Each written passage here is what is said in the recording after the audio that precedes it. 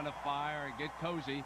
We've got a good game coming your way. But you know, Jack, it is really a minor miracle that we're able to play it all here at Happy Valley. An awful lot of people thought on Wednesday when the snow started that this game might get transferred to Ann Arbor. It is indeed a miracle. Let it snow, let it snow, let it snow. Before the snow even stopped falling, the call went out for volunteers. They were going to pay them $5 an hour to try and shovel off the 93,000 seats. Some people turned out, but they needed more help as well. They went to the local penal institutions, got some of the prisoners to come out and shovel 24 hours a day. Then folks that drove in from Ann Arbor, Michigan fans, they said, give us the shovels, we'll help as well. All the seats are uncovered. There's a lot of snow, but I'll tell you what, this field is ready. The track is very, very good. There is one sidebar, though. This is the sideline right here, only about 4 yards away. Is where all the snow has ended up. And it is hard, very hard packed.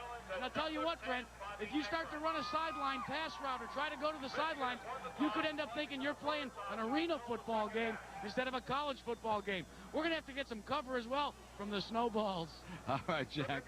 Thank you very much. We got a glimpse of the importance of this game. Michigan and Penn State still harboring dreams of, well, in the Wolverines' case, they still think they have a chance at getting to Orlando.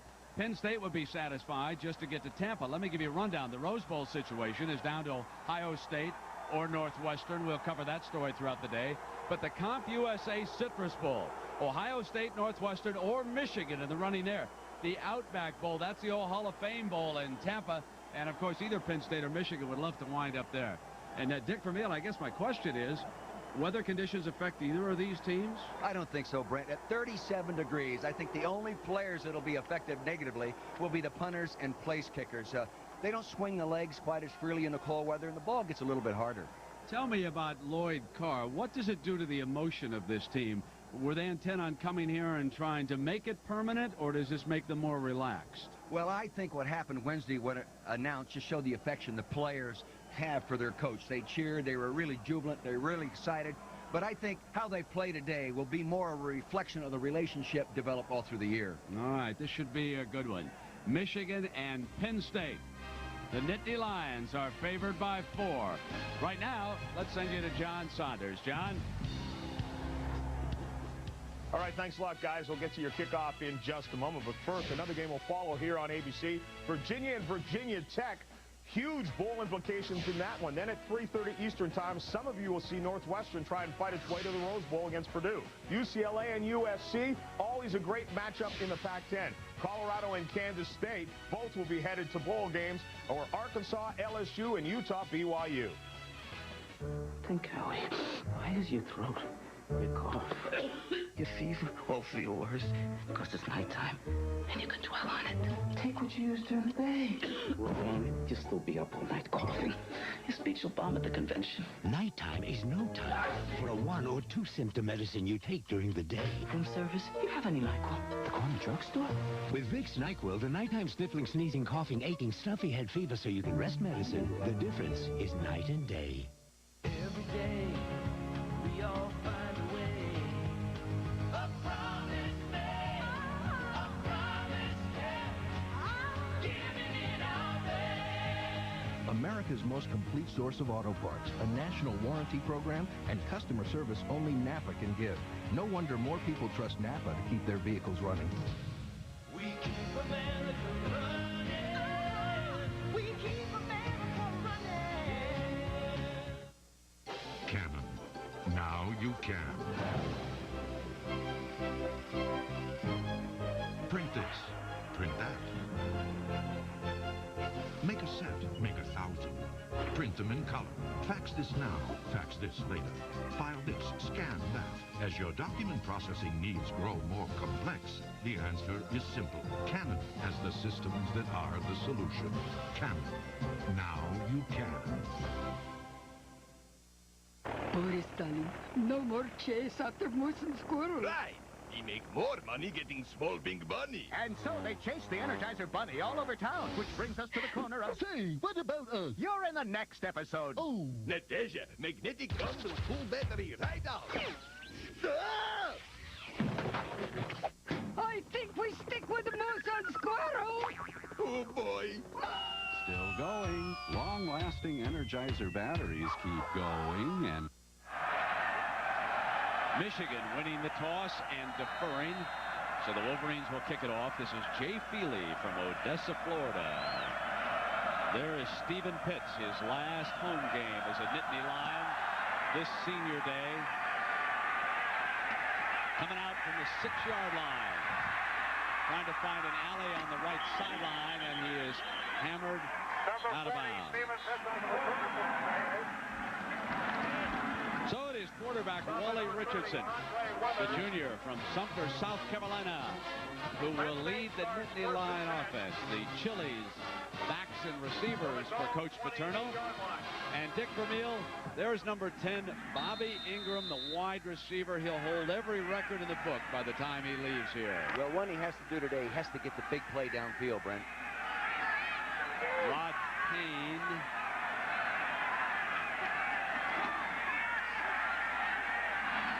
Fires complete over the middle. That's to Keith Alsommer, the tight end. They start right out with a tight end delay, Brent. Real clever against those zone defenses. Good first play call.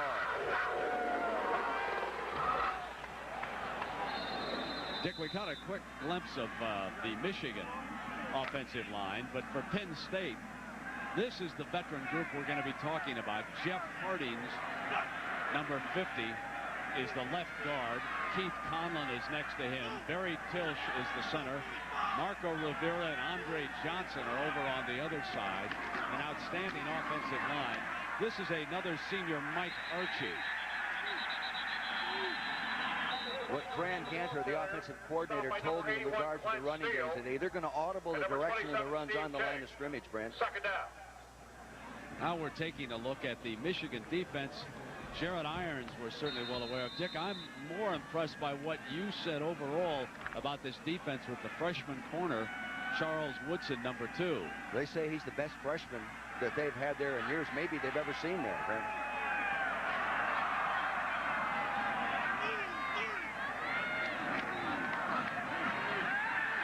Richardson off a fake, throws incomplete, was trying to hit his fullback, John Whitman. Well, the big battle here for Penn State to be successful today, they've got to win the turnover battle. This is a good defensive football team they're attacking. They've got to get the ball downfield in their passing game and improve their defensive play in the red zone. Brent, they have been scored on every time this year an offensive team has entered their red zone. Not good defense. 30 years, the head man here at Penn State. Richardson, the rangy junior, moving up behind center. Offensive line gives him time. Richardson, the home run ball, and he overthrows. Ingram. Well, they went after the freshman right off the bat to test him, but Charles Woodson, the true freshman playing left corner, Lloyd Carr told us he's the best freshman he's ever coached. They go after him right away. He covers them all the way. The ball was thrown too deep. But I'll tell you, this young kid, Brent, can really cover. Well, here comes Cania in to punt it, and there is a Monty Toomer, Michigan return man. Nice punt. Driven back to the 15-yard line. Toomer cannot shake a tackle, and there is a penalty flag thrown on the return. Our referee today is Jim Kimmerling. He's hustling down here to get the infraction, and he'll tell us about it.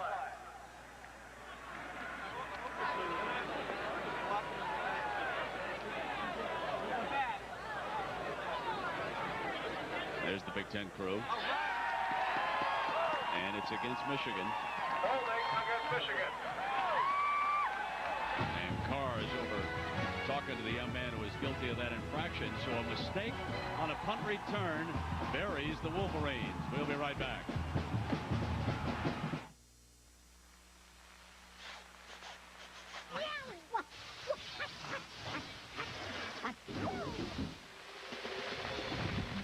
Just not Chili's till you light up the grill. And that means steaks, like our new Solano strip steak and new steak pico, smothered with onions, bell peppers, and 2 kinds of cheese. So round up the gang and herd them on down to Chili's. Chili's grills like no place else.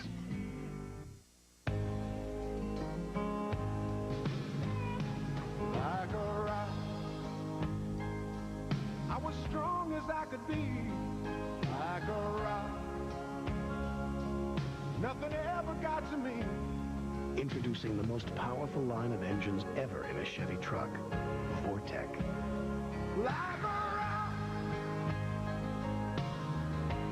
Chevy, the most dependable, longest-lasting trucks on the road. It's pretty obvious. We have to move. So how do we find out how much our house is worth? The Rock is the answer. We think we have enough for a down payment. Now we need an agent to show us what we can afford. The Rock is the answer. We've been talking about this transfer for 6 months. Yeah, now they want me yesterday. So where do we find someone who knows how to get this house sold fast? The Rock is the answer. The Prudential Real Estate Affiliates. UCLA battles crosstown rival USC. Northwestern meets Purdue. Or key conference games in regional action. It's game 2 of an ABC college football doubleheader next. Brian Greasy brings the Wolverines up to the line of scrimmage for their first play.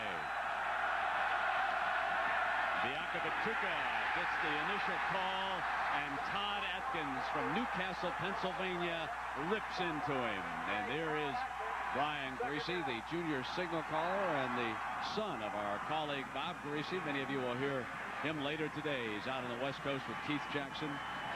Here's the Chili's backs and receivers with Shimunga Biakabatuka, number 21, getting the first call. Outstanding tight end Jay Riemersma. There is the Michigan offensive line. We mentioned Rod Payne just a moment ago. He's a good center, number 52.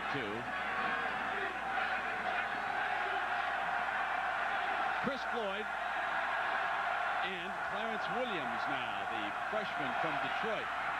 Both backs out. The offensive line gives Greasy time, and Floyd is the receiver on their first pass play. The Penn State defense, and in somewhat unusual fashion, they have surrendered a lot of points this year. Atkins, number 58, is over there on that right end. Filardi's their leading tackler, number 47. They have an outstanding defensive back, and that's number 34, Brian Miller. Penzinik, who intercepted 2 passes in the Rose Bowl against Oregon, is in at hero or strong safety for the Nittany Lions. This is 3rd and 5. And again, the offensive line is giving Greasy time, but he overthrew the tight end Riemersma, who was covered on the play. They had a little zone stretch pattern back to the short side of the field, Brent. Tight end back out wider. He was wide open. You got to hit him when he's that wide open. Just hit him in the belly. He's not that far away from you.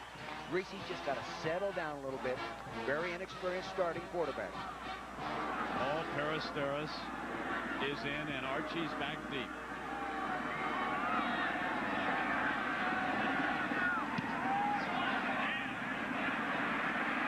At midfield. He's going to give him outstanding field position. At the 33-yard line, it'll be the Nittany Lions, and Richardson going back to work again. Dick, let me ask you about Penn State. Idle last week. How does that help in their preparations against Carr and the Wolverines? Well, it gave them 3 days a week ago just to work on fundamentals. They were coming off a loss, a game they felt they should have won to Northwestern. They worked on fundamentals, got after it physically, gave them Friday, Saturday, and Sunday off, came back Monday, started again. They should be fresh. That's all summer, the tight end changing the strength of the formation. And then Ingram comes in motion through it. Whitman, the fullback, he will lead number 40, Pitts. And Pitts dives to the 30-yard line, so he picks up about 3 yards on first down. Well, Fran Gander, the offensive coordinator for Penn State, says, number one, to win this football game, we can't turn it over. Obviously, we have to be sound in the kicking game, and we must run the ball well. That's what we do best. And granted, Michigan is the #1 defense in the country against the run, but we feel we must run the ball well to win.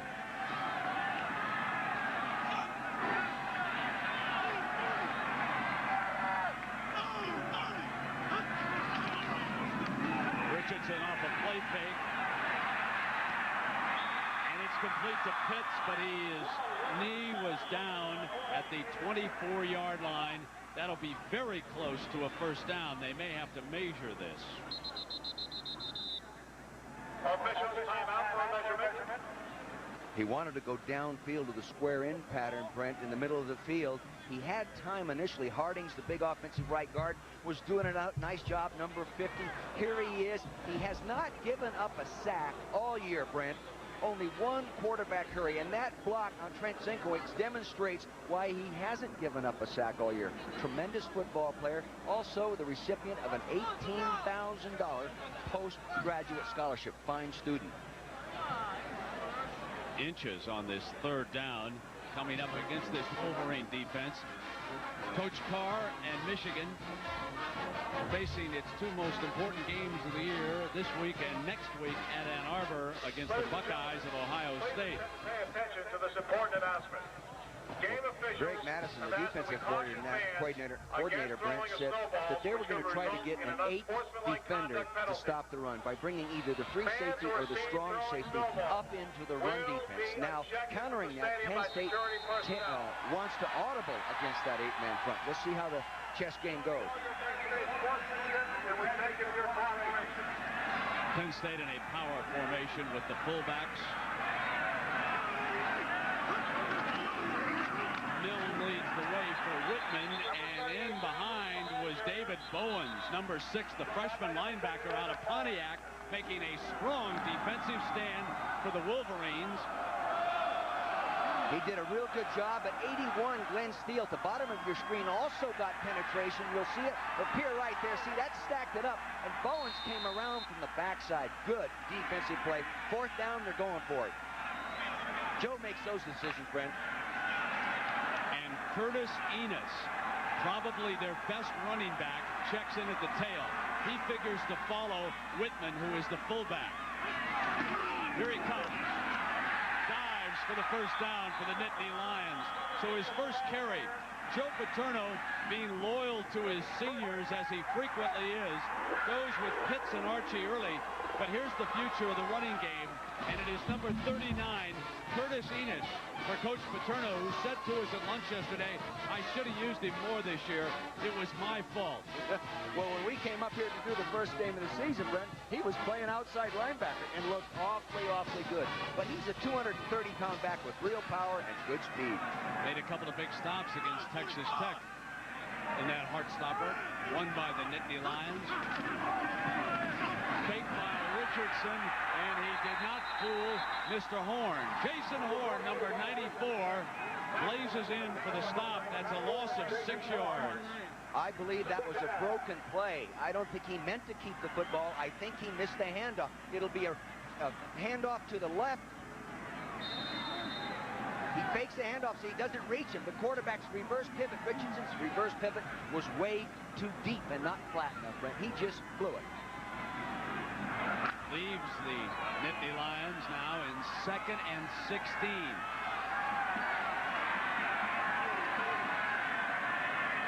Freddie Scott hasn't been in the offense yet. Quick hold. Ingram can't hold it at the 15-yard line. That brings up 3rd and 16. I believe he audible to that slant pattern, Brent. The coverage was kicked over to the wide field. He saw that one-on-one. He goes ahead and runs the quick slant. Just doesn't throw it perfectly. I have seen Bobby Ingram catch balls much more difficult than that. Archie brings the play in from the sideline. He's replaced Enos because he's a better receiver out of Coach Paterno's backfield. He's also less apt to make a mistake in pass protection pickup. And the defense claiming they were pulled offside.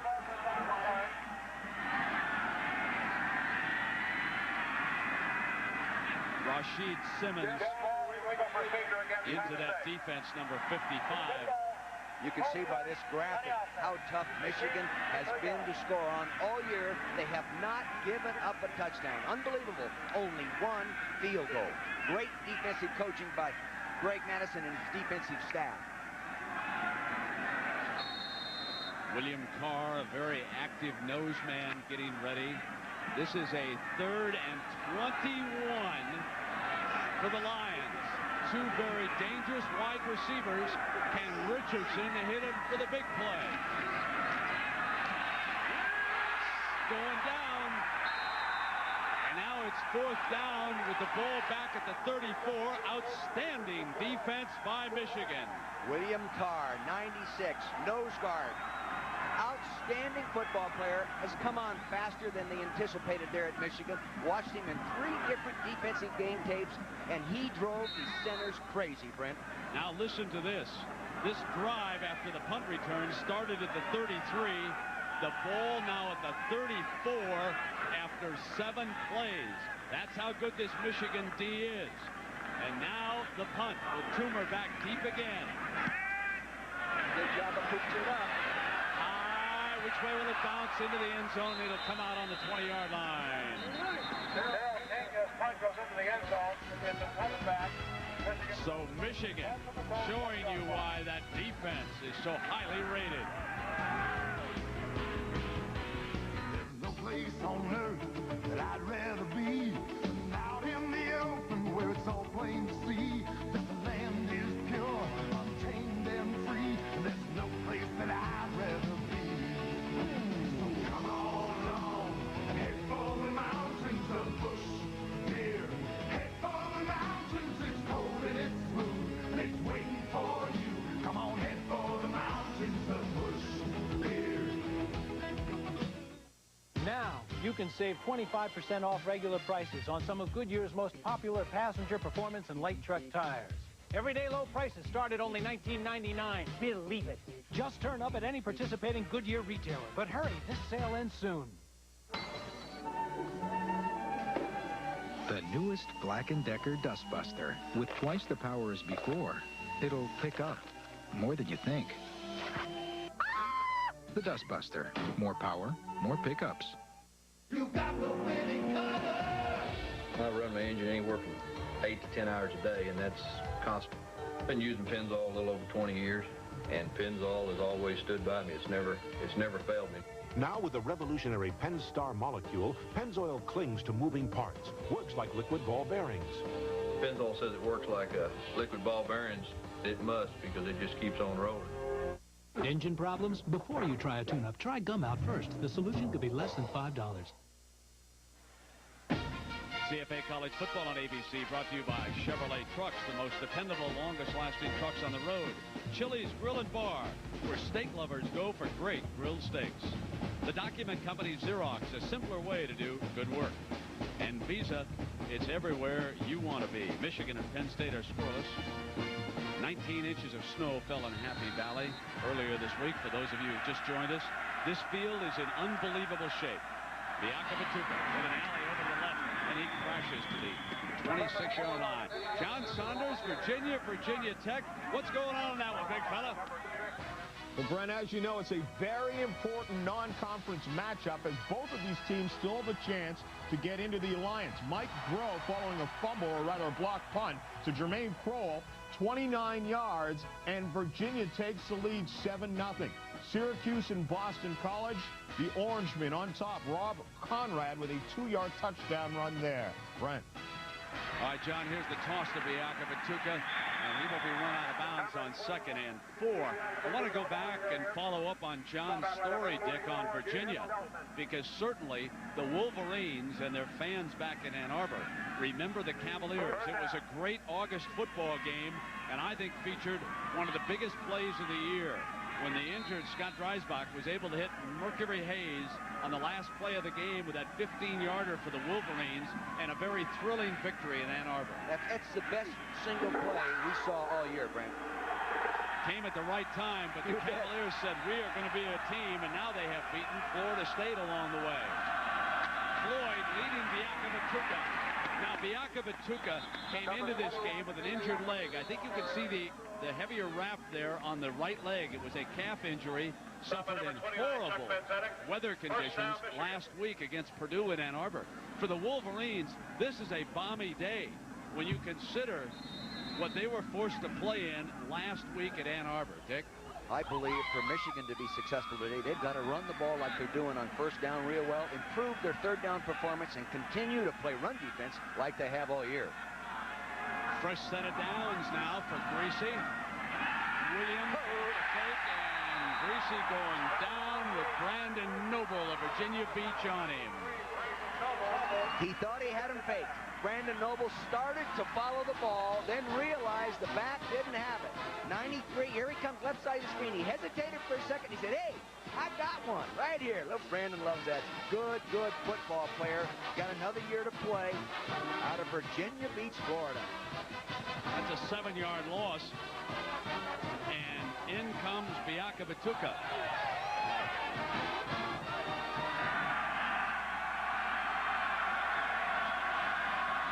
He gets the call. Shamunga. Nice down at the 30 with a beautiful tackle by cornerback Mark Tate of Erie, Pennsylvania. If he doesn't make that tackle, he has room. Excellent tackle. And this running back, Biaka Batuka, has not been given credit for the quality of the football player he is here in the Big Ten. This guy is an excellent football player and has been ever since they started handing him the ball 2 years ago, Brent. He's rushed for better than 1,300 yards, averaged almost 6 yards a carry. He scored 10 touchdowns. His long run is 60 yards. This is a big-time performer as Greasy now comes up to the line of scrimmage with Chris Howard, a very talented youngster who has 3 years, including this one having checked in. Greasy, nice pass to Toomer over the middle to the 49-yard line and a first down. This game features 4 of the finest wide receivers in college football, and Greasy just hooked up with one of them there, Amani Toomer of Berkeley, California. They went to a double zone defense, dividing the field in halves back deep right and left as we look right down the throat. Now he's waiting for the square in pattern, Amani Toomer, to fall right into that zone. He throws it, and he threw this under tremendous pressure. He takes a lick just as he gets rid of the football. He's sitting, he's waiting. That pattern takes time to develop. Pow! He gets sandwiched. 17 yards on 3rd and 14. Fresh set of downs for the Wolverines. Biaka Batuka. The hole is jammed. He'll be out of bounds at midfield with Tate. Now, we talked about Biaka Batuka, and those of you who follow the Big Ten realize what a running league it has been this year. The great Eddie George with that 300-yard burst last week against Illinois. Darnell Autry, who could be Northwestern's most valuable player. Biaka Batuka. Northwestern with their hands full against Mike Allstott of Purdue today. Cedric Shaw of Iowa. All of them over 1,000 yards. And look at those averages per carry. Now it is 2nd down and 7 for the Wolverines. Just across midfield for the first time. Greasy flares out to the right-hand side, and Howard in a foot race slips free, close to the first down. Nifty run. Excuse me, Brent. They came with a linebacker blitz that time, and that's why 47 Velarde was locked on man-to-man to that swing back. He didn't make the tackle, but he slowed him up enough to prevent it from being a first down.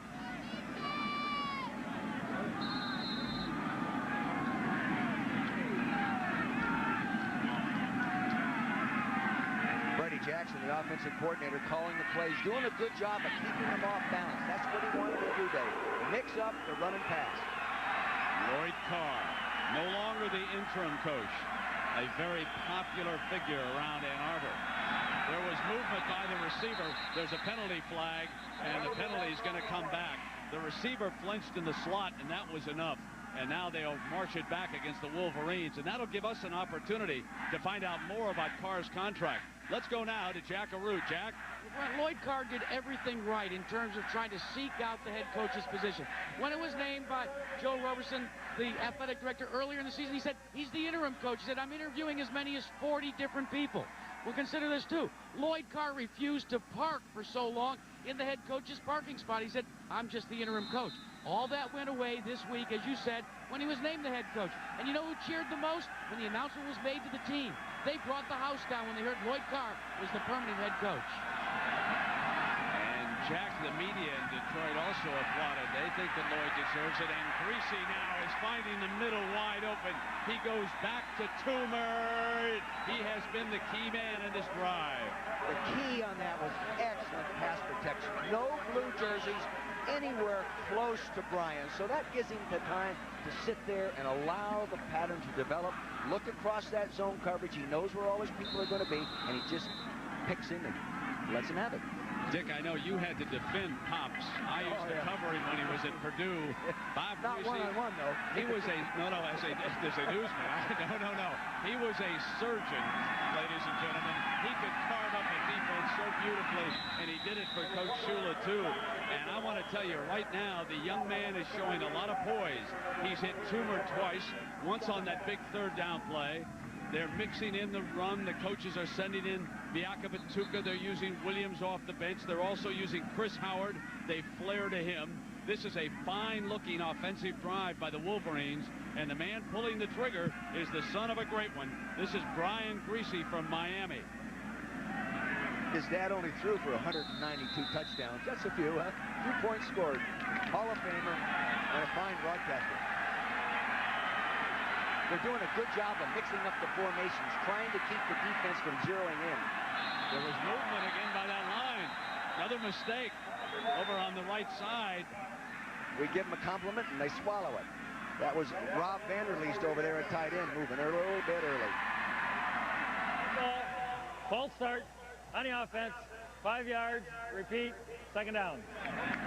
Sometimes that happens when the offense is going to go on a first sound and the defense uses an audible to shift. Tonight on ABC, starting at 8 Eastern, Annie, a Royal Adventure. That's at a special time, remember that. Then a gallop for the president at Ford's Theater. That's all tonight on the network. Now Chris Howard is the running back. We are back now to 2nd and 10, and they use Howard in niftily. Picks his way close to the 30-yard line. Pretty good-looking running back. Remember, he had a broken hand, I believe it was, and he had to wear a heavy bandage on that hand for some time this year. They didn't get the production out of number 8 that they thought they were going to.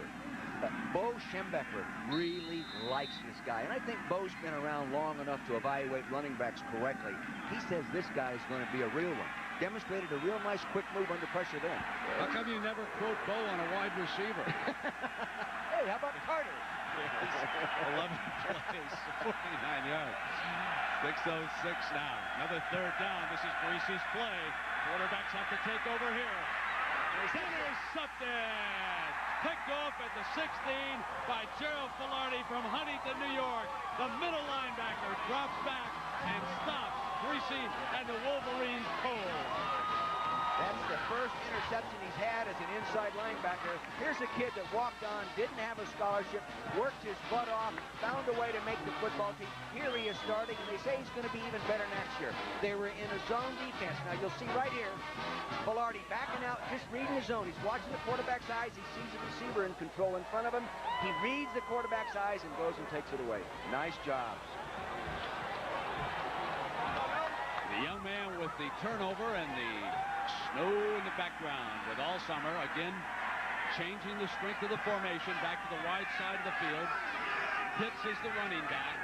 Milne is the fullback. Milne opens the hole, and Pitts is able to squeeze back through. Senior Brian Milne, the young man who overcame Hodgkin's disease.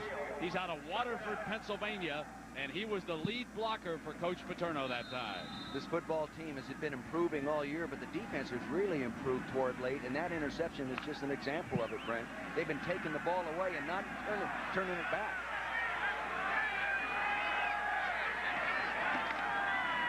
Off a fake. Richardson high and incomplete. That was Freddie Scott running the sideline pattern and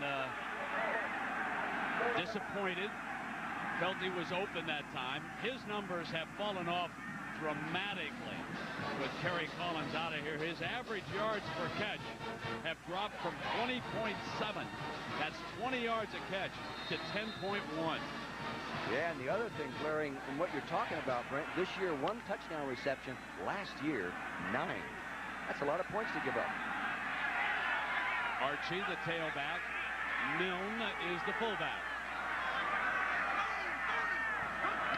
They're blitzing him. The middle incomplete. Ingram not close to it. He couldn't hold the ball. He saw the blitz coming. He looked a little bit shaky there, a little bit shaky as a quarterback. If he'd have just taken 1 second longer, experience he needs, confidence he needs, to sit there a little bit longer and let it happen.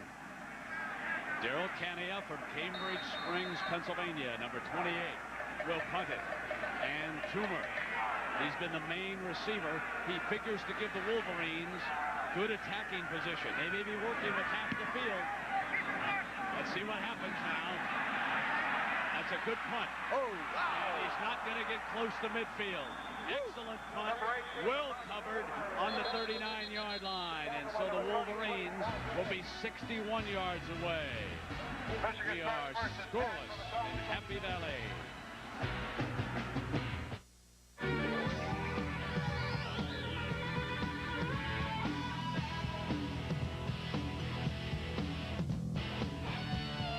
We didn't get into super truck racing just to add another trophy to our collection, or to add another 15 minutes to our fame. And we didn't do it just to show up the competition. Okay, maybe we did. Chevy trucks, like a rock. Some would say going 100,000 copies without an unscheduled service call is impressive. Sharp would say, it's a beginning. Sharp. Call for your free interactive kit of copier solutions. Tending your land, getting your hands back in the soil, working with the sun on your back. Could anything be more rewarding? Yep, paying someone else to do it for you. Like Ned, Joe, and Tom. That's what Visa Gold's for, with enough purchase power to turn your yard green. And what could be more relaxing than mowing it yourself? Paying Al. Visa Gold, it's everywhere you want to be. Sharp has something to help you succeed in business. It's cutting edge, high speed, and extremely interactive. It's your authorized Sharp dealer.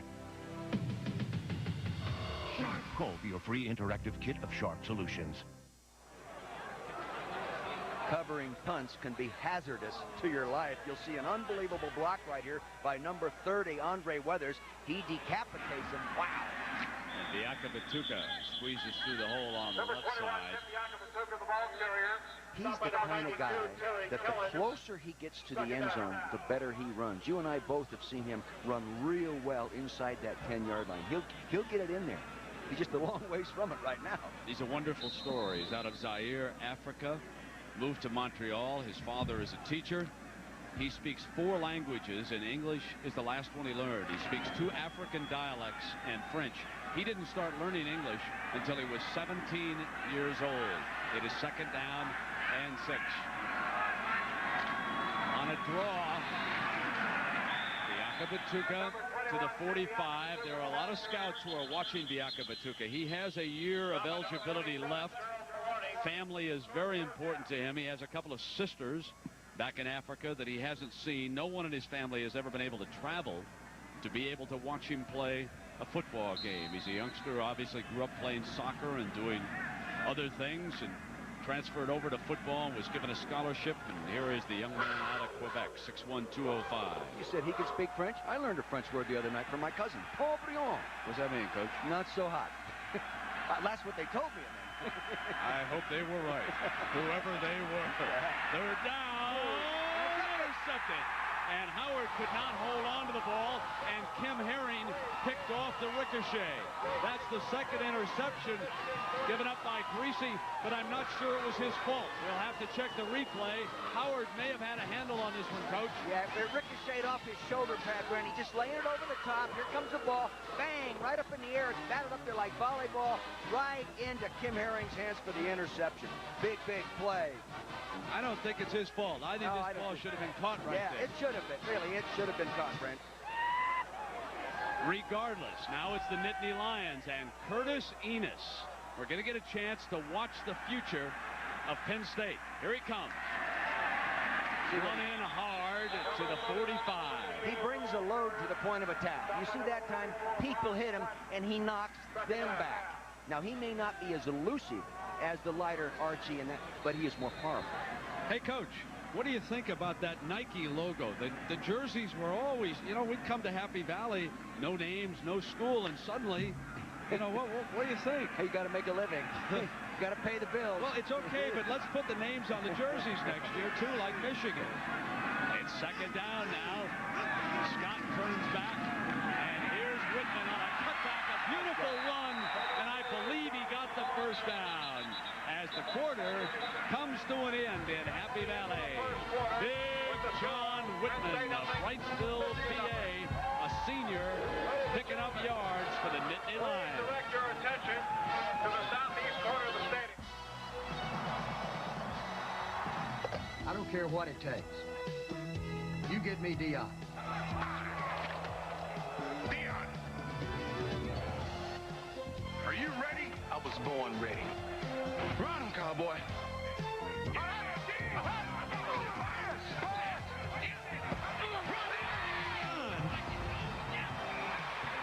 Hot dang, if I had 11 men like that, I could rule the world. How would your dentist recommend you clean your teeth? The Braun Oral-B Plaque Remover has been clinically proven to clean teeth better than a manual toothbrush. Its unique cup-shaped brush head removes plaque from deep between teeth and even below the gum line, leaving your teeth so clean you can feel it. And now kids can start brushing better too, with a model designed just for them. The Braun Oral-B Plaque Remover cleans better than a manual toothbrush. Company sells snorkels. Is shocked by high shipping costs. Goes to post office. Finds parcel post is a smart solution. Doesn't cost much. Snorkels get delivered. Company keeps its head above water. Person needs to send resume to New York. Wants to make a big impression. Goes to post office. Finds out priority mail is a smart solution. Resume gets noticed. Person gets job. Now, if you can only get a can.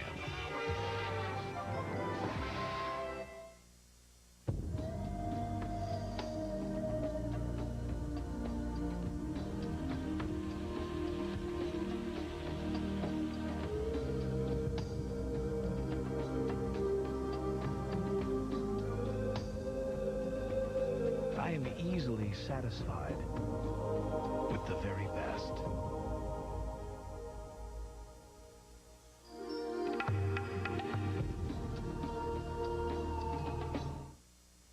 You know, contrary to what some people believe, college football players are interested in education.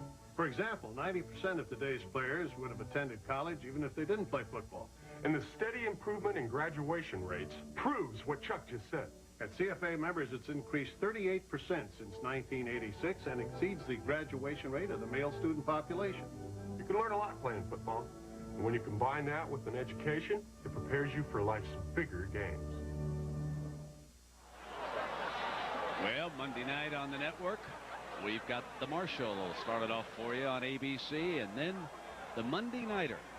Jerry Rice in San Francisco into Miami to play the Dolphins, and I guess the big question will, oh yeah, a little snowball fight breaking out here. Happy Valley. There's our weather conditions right now.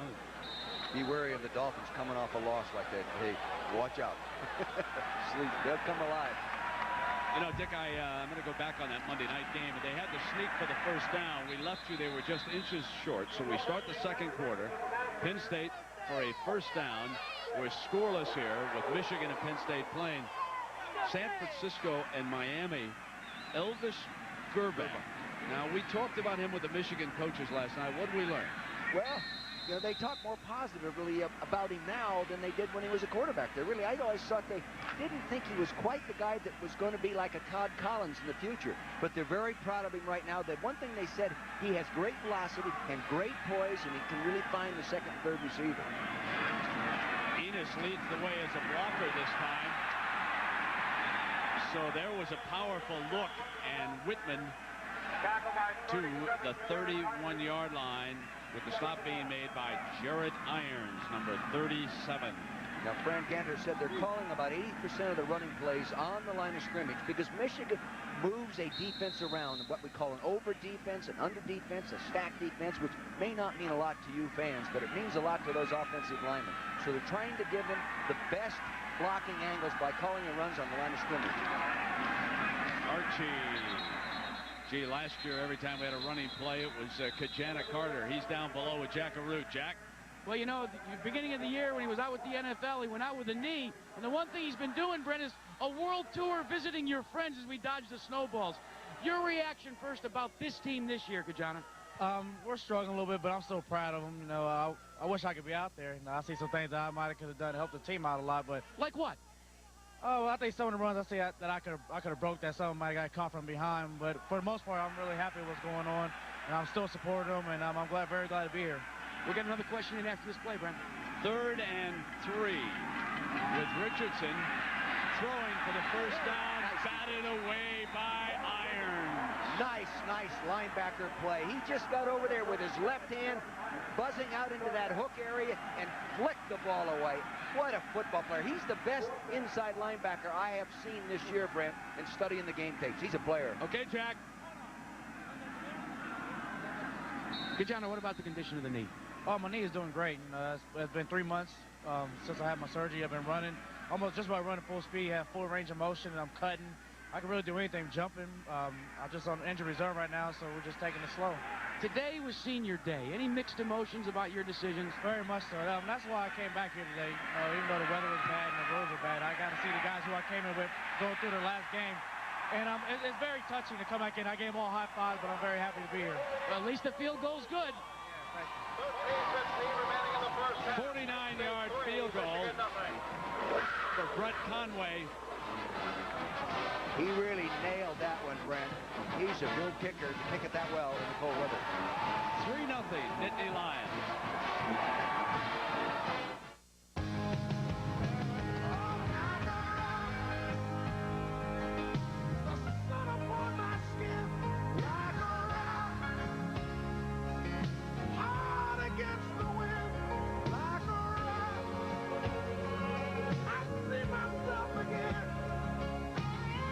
No automotive company has won more races over the last 30 years than Chevrolet.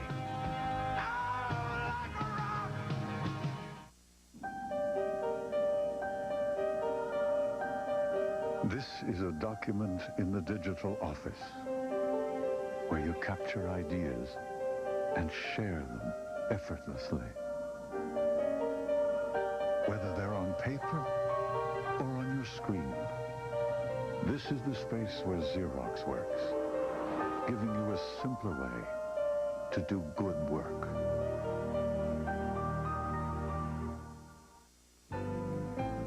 You worry? You're overprotective? You're a parent.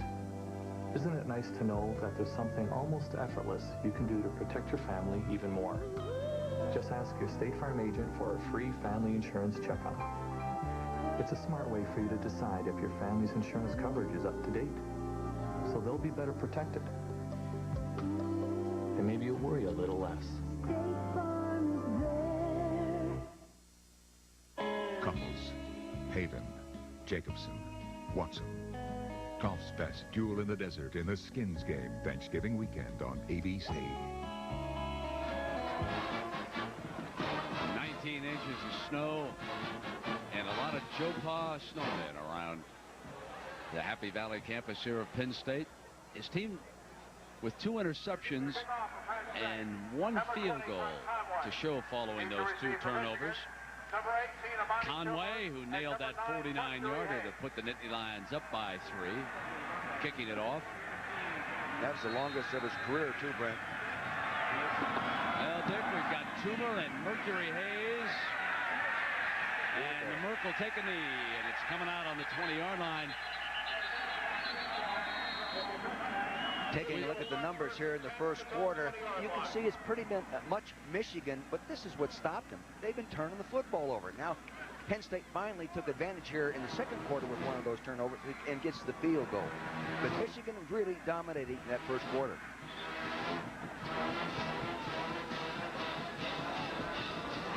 Greasy has to be a little shaken right now, Dick. His last 2 passes, both intercepted. They came on 3rd down. That's the bad news. The good news for Greasy and the Wolverines is the fact that the Nittany Lions have been able to score only 3 points off the 2 turnovers. So the Wolverines will attempt to mount a drive. Diakabatuka finds a huge hole on the left side in a foot race. Diakabatuka steps out of bounds on that far side, but he has crossed midfield at the 45-yard line. You used the term stepped out of bounds on the far sideline. He stepped right over a potential tackler. Very good leg action to the right side of your screen. Bang! See that? Good footwork. This guy is a real player and has speed enough. Not a Tyrone Wheatley, but speed enough and power enough to run through tackles and run away from the normal defensive football player. That's a run of 34 yards for Biakabatuka, and he is replaced. George Howell is the fullback for Michigan. And Williams, the freshman, the ball carrier, with a penalty flag.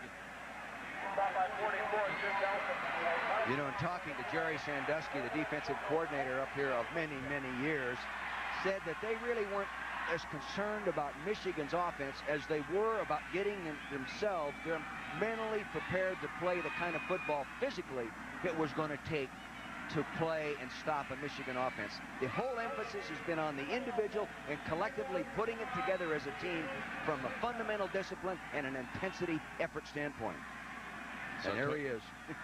He's been around a long time, 28th year coaching here, Happy Valley. One time Joe said, you know, Jerry will be the head coach when I retire, but he's going to be too old to take the job as Coach Paterno. You know what he says? He also says, it's a lot of years to have an Italian screaming at you. That's true. He does say that. First down and 10 for the Wolverines. Down a field goal. The Nittany Lions press at the line, and Greasy on the rollout. Buys time, and out of bounds. Great job of covering by Brian Miller. You can see why he led the Big Ten in passes defense last year and is doing it again this year. He was on him like glue, Brent, covered him all the way, and he's covering one of the better receivers we've seen all year. To the right side of your screen, you'll note number 34, Brian Miller, locked on to a very skilled Mercury Hayes. Covered him like a blanket. The ball's thrown high into the outside. Now they're in a challenge. Foot race right now. Look at it. Excellent technique. Now he drives back for the ball. Actually a perfect throw. We'd have a completed pass. Flag.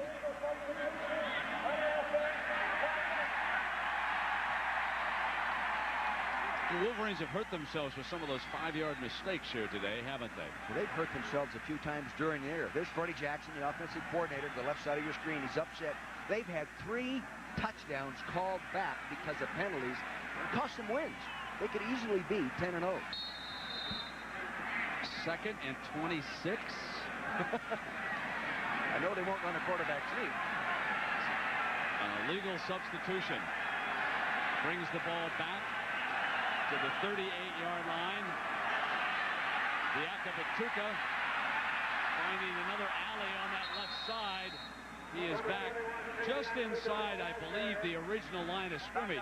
This is going to leave them around, 3rd and 9, 3rd and 10, but it's a nice run. It is, and you better keep a defensive lineman in position to stop him from getting outside. Freeze it right there. See, he's going up through the hole right here. You've got to have someone forcing him right now back inside. Now watch him bounce back. See, you've got to have somebody to keep him inside, and Killen's number 92 did not do that time.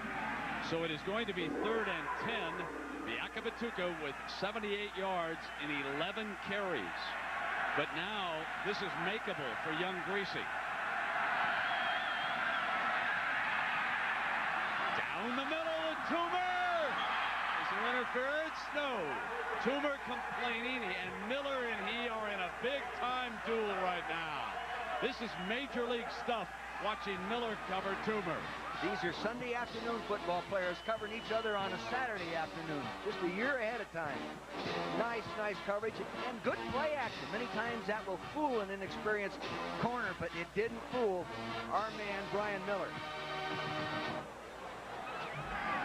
So Peristeris punting again.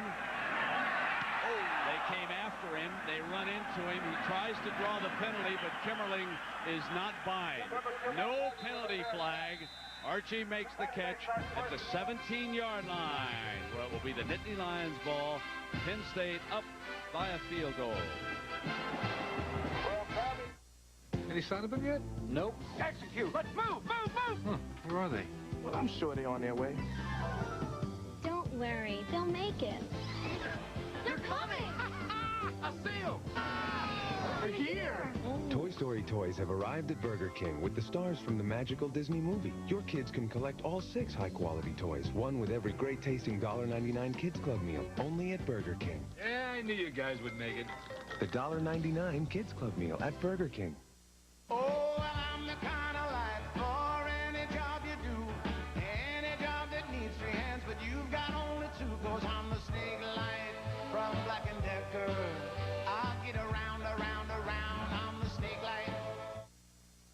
Hey, Remington, shave this. The newest Remington Triple Foil. The only shaver with 3 micro screens now has a 50% greater cutting rate for a close, smooth shave.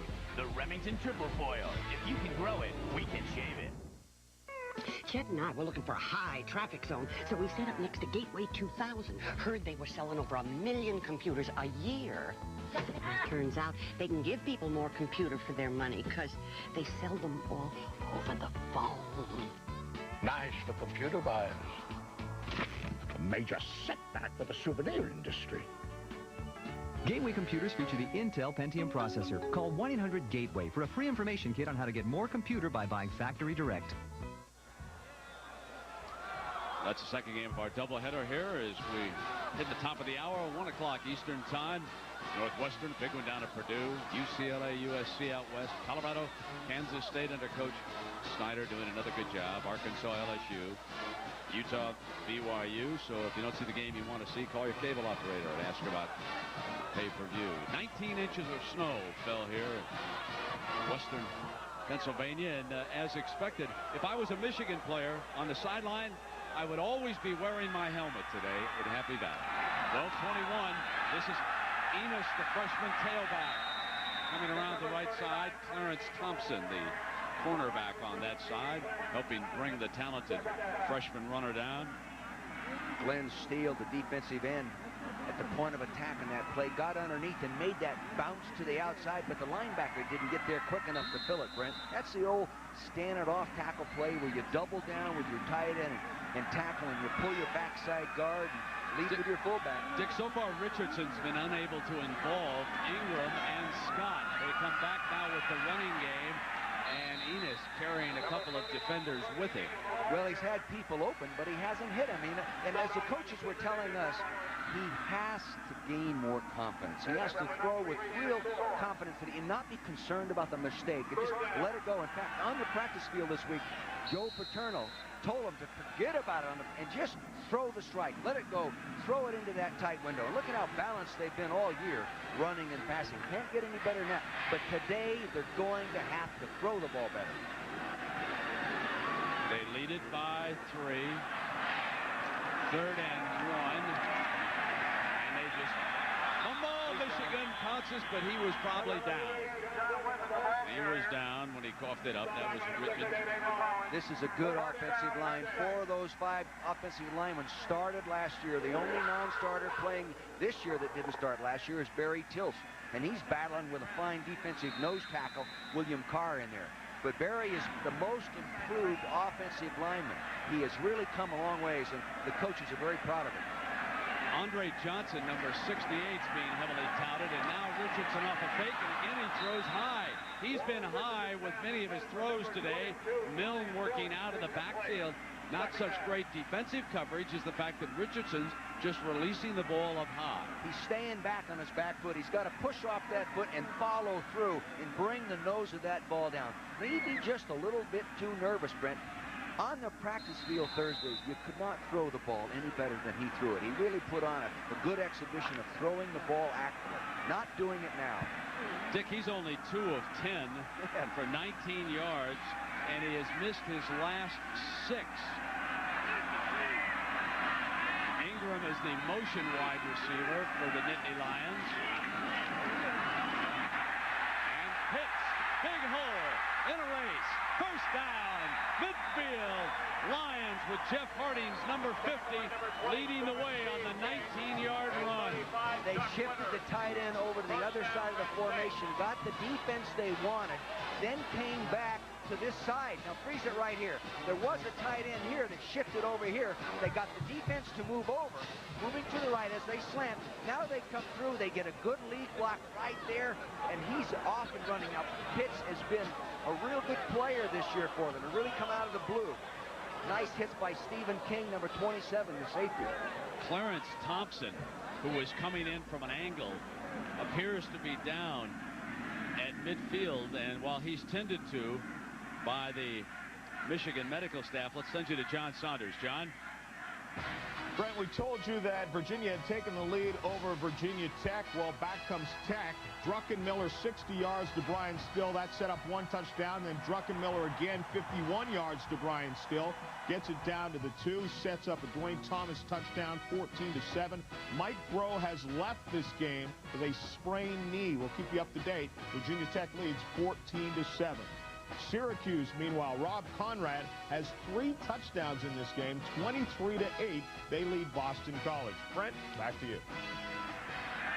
John, thank you. Thompson walking off the field appears to be all right, but because he was injured, he has to come over to the sideline for at least a play. Now, last year he was a safety with the Wolverines. He moved over on the corner, and teaming up with that youngster on that other corner, Charles Woodson, they have 2 very good physical cornerbacks. Now, Andre Weathers would have been a possibility, but Woodrow Hankins also checks in now. He replaces Thompson. Number 23 is over there on that corner.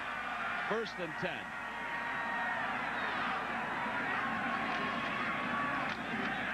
Using the fullback to the 47-yard line. Curtis Enos, I should say, was the carrier that time. You'll see the fullback trying to kick out on that. The big fullback right here is trying to get the kick out block right here. And Steele does a good job of taking him on. Good defensive play. Watch this. Bang! He comes right back up in there and makes the play. Good job. See how he got leverage on the defender? There's a young man with a bright future, freshman. A year ago would have been Kyle Brady blocking him. 2nd down and 8. Archie on the delay. And he dances with a penalty flag now flying. That's a 1st down, and a flag follows. The old Baltimore flag draw. Against Michigan. Lloyd doesn't like that one. 5-yard penalty against the defense. 1st down. That's a very good draw. Not many college teams run that anymore. Dallas Cowboys used to run it. Baltimore Colts is where the play was originally organized. You'll see the fullback will go through first. Tailback waits for him. Here they go. He leads. He gets the block right at the point of attack right there. Now, this is what Archie can do. He can make you miss. Great elusive running ability. That was Bowens coming from behind to help out with the stop. It's a 1st down at the Michigan 32-yard line, and Enos with a big hole on the right side. Jared Irons coming over to help out, but Enos at the 20-yard line with another Nittany Lion 1st down. The end-over formation is creating a soft corner at the point of attack. They have more people. The offensive line now is doing a real good job of getting some movement at the point. See, good point right there. Good block by Millen, number 22. It hooks the corner right there, and he bounces that ball outside. Now Milne is in front of Enos. 1st down at the 20. Here's the toss to the freshman. Thompson brings him down at the 15-yard line. John Saunders. Well, Brian, you've got the last 2 champions in the Big Ten. Will it be Ohio State or Northwestern this year? Bobby Hoying to Terry Glenn. 2nd time they hooked up today. That one 4 yards. And the Buckeyes are up 14-3. Brent. John, next week, Ohio State travels to Ann Arbor to take on Michigan. Milne with Pitts. And Penn State continues to alternate tailbacks. Nothing doing for Pitts. He is met right in the middle. Winters, number 35, is one of the white jerseys there for the Wolverines. Penn State has been very effective in the red zone all year, Brent. They've been down here 40 times and scored 34 times, 85%, 25 of them touchdowns. Good offense. But it's obvious now they're taking a little heat off Richardson, putting the responsibility on their good football players in the offensive line, rotating those backs in there, and getting after them with the running game. This is 3rd and 3. Archie is off to Richards. Blitz left. They send him out as a receiver. They've got him. Archie, 5.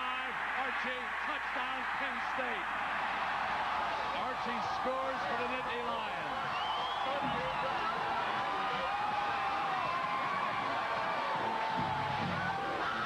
He caught him in the blitz coverage, ran a play-action pass. People did a nice job of picking up the blitz. The person assigned to pick up the third receiver, the back out, right here, they didn't pick him up coming out of the backfield. Someone should be assigned to pick him up. Many times it should be a safety coming out of the backfield. They didn't do it. He gets the block downfield. They get the touchdown as well. That was Ingram throwing the block on Woodson at the 2-yard line. So Ingram clears the final defender out of the way, and the Lions move 83 yards in 11 plays. The drive, 4:46. The score, Penn State 10, Michigan nothing. 7:35 left first half. Like a 6 World Series, 6 basketball seasons, 6 hockey playoffs, 6 football seasons, and just 1 tune-up after 100,000 miles. Vortec engines, one more reason to drive a Chevy truck. Chevy trucks.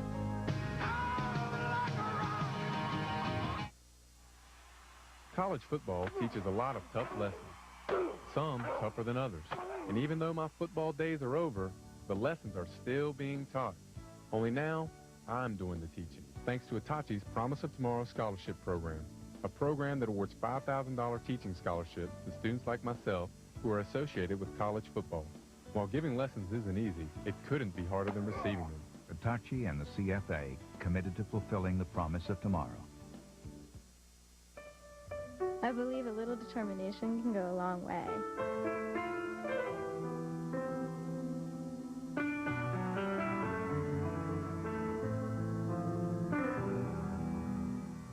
Somebody once said, if you lose sight of your goals, your obstacles will get in your way. And the way I see it, why let anything get in your way?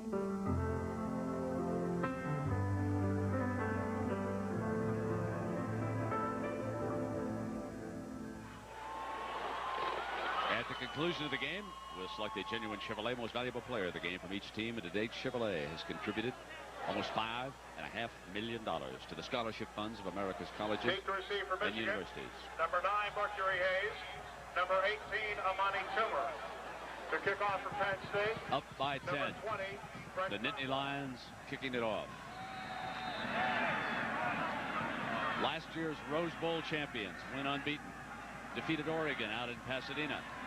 Hoping to make it to the Outback Bowl in Tampa this year. Penn State. Toomer. Oh. Toomer right side coming up the alley. He'll be pushed out of bounds. Number 18, Amani Toomer. And it's at the 38-yard line. Out of bounds by number 3.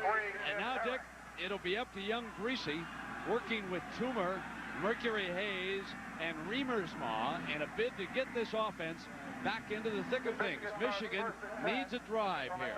They're only a couple plays out of the ball game. No reason to panic. Just maintain your poise. Let Greasy settle in there. Get that running game going again. They had it going. Keep that little package going, and then move the ball downfield off play action. You want that running game? You sound like my buddy Bo. I want that ball moving in the air, Coach. Let's go. Well, when the quarterbacks are shaky, let him run. Yakavatuka, and he will not get away from Aaron Collins, number 6. A linebacker bringing him down. Did a real nice job moving inside out. Great discipline, keeping leverage on the football. So critical to play defense this way, especially against people that can run like Michigan can. He'll be right here. Now he'll maintain leverage, working inside out. Now look at him work. Look at him work. Look at him work. Look at him work. Here he comes inside out. He goes to turn up, makes a play. Coach, you got to throw the ball on some first downs here. Have to do it, Brent. I'm going to have to concede. I'm going to have to down at 13. Off a fake. Steps up against the rush. And he overthrew Riemersma. Riemersma being tracked by Terry Killens, who had dropped off the line quickly and chased the tight end that time. Now, Penn State has been hurt all year by tight ends throughout the Big Ten. Michigan well aware of that, but Riemersma is being shut down here today. Well, also good pressure by Todd Atkins. It forced the quarterback, Greasy, back up inside and broke his concentration on where he wanted to go with the football. 3 and out would be a killer for this Wolverine offense right now. Well, it's tough to convert 3rd and 12 against this defensive team. And Michigan hasn't been a real good 3rd down conversion team this year. Howard, the lone running back. Greasy to the middle. Reamer's mob, it's short of the 1st down. Michigan will punt. Terry Killens picking up number 16. He threw the ball where he had to throw the ball. The defense gave him those short underneath patterns. They just loaded the zones behind that zone. He had no place to go downfield with it. He had to take it there. Now we can see Archie, who scored the touchdown. He awaits the punt. Peristeris. That's a return type ball if he gets it at the 30. Archie slips a tackle and makes his way to the 37-yard line. 6 minutes. Lots of time for the Nittany Lions. John Saunders, how about the Cavaliers? Are they coming back? Brent, this one has been a great game in the first half. Tim Sherman from 2 yards out to Darrell Medley for the touchdown. That makes it 14-13. Sherman to Bobby Neal for the 2-point conversion. Virginia's back on top. Brent. That's a good comeback with a backup quarterback with Groh out. And here, John, it's 1st and 10. The Nittany Lions with the ball and the lead and everything going their way right now. Archie stays in the game. Short drop. Fires complete to Ingram. And he was covered by Irons, the linebacker. He audibled to that pass, Brent, because they walked up a safety and said, we're going to defense the run with 8 people. He saw it. He audibled to a quick pass. Good adjustment. You'll see this. There's 8. Here's the extra safety up there. 8 guys up to stop the run. Good pickup by Wally Richardson. Maybe all he has to do is throw a couple complete ones, and he'll start bringing the nose of that ball down like he did on that pass. Now, 1st down, Whitman. Real nice block by Keith Alsimer, the tight end. You know, we're so used to looking down in this field and watch Kyle Brady knock people off the ball. Well, that time, Keith Alsimer knocked him off the ball. Real soft corner. Everyone else doing a good job. They're going to keep moving it. They better start running some 1st down blitzes to stop the run and try to throw them for like a 2nd and long situation. Enos in and offset. Scott will turn back around. Enos.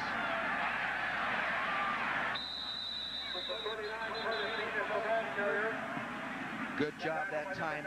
Sam Sword, 93, the linebacker. When they broke that play the last time they ran it, Brent, the linebacker didn't scrape off and get and make that play. This time he did it, and he's got to do it. He's a good young linebacker, a redshirt freshman. He redshirted last year, didn't play. We got a guy walking off a little bit banged up. Look at the legs on that guy. Well, Dick, it's 2nd and 9, so we can see what Richardson comes up with here. Hey, there's a guy who's happy. Either that or had too many beers.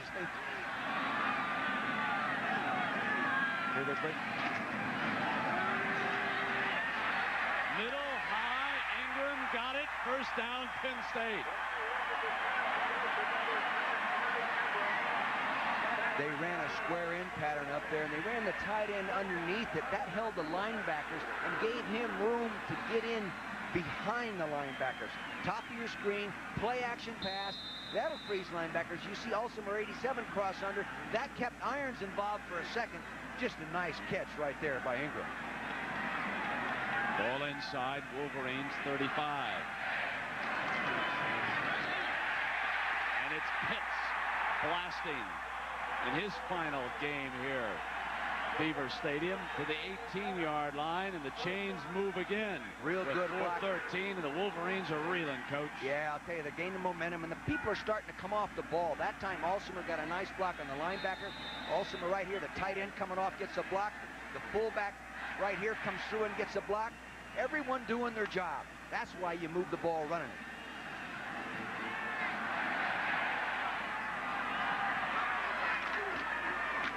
Enos. Oh, no more than a yard, and that hit was applied by Jared Irons. Boy, there was some contact made, fullback on blocking on the linebacker, and then tackle running linebacker being taken on the running back. You could really hear that up here.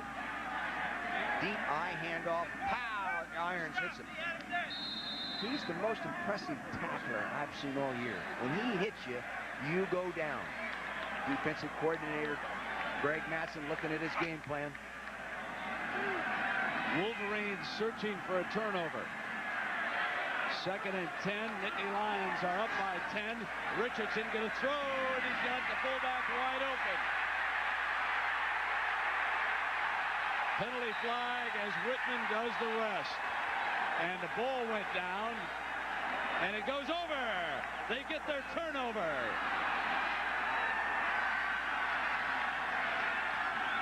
They knocked the ball out of his hands as he was fighting forward. We have 2 players down on the field right now. Boy, there's contact being made out there. Steve King, 27, is down.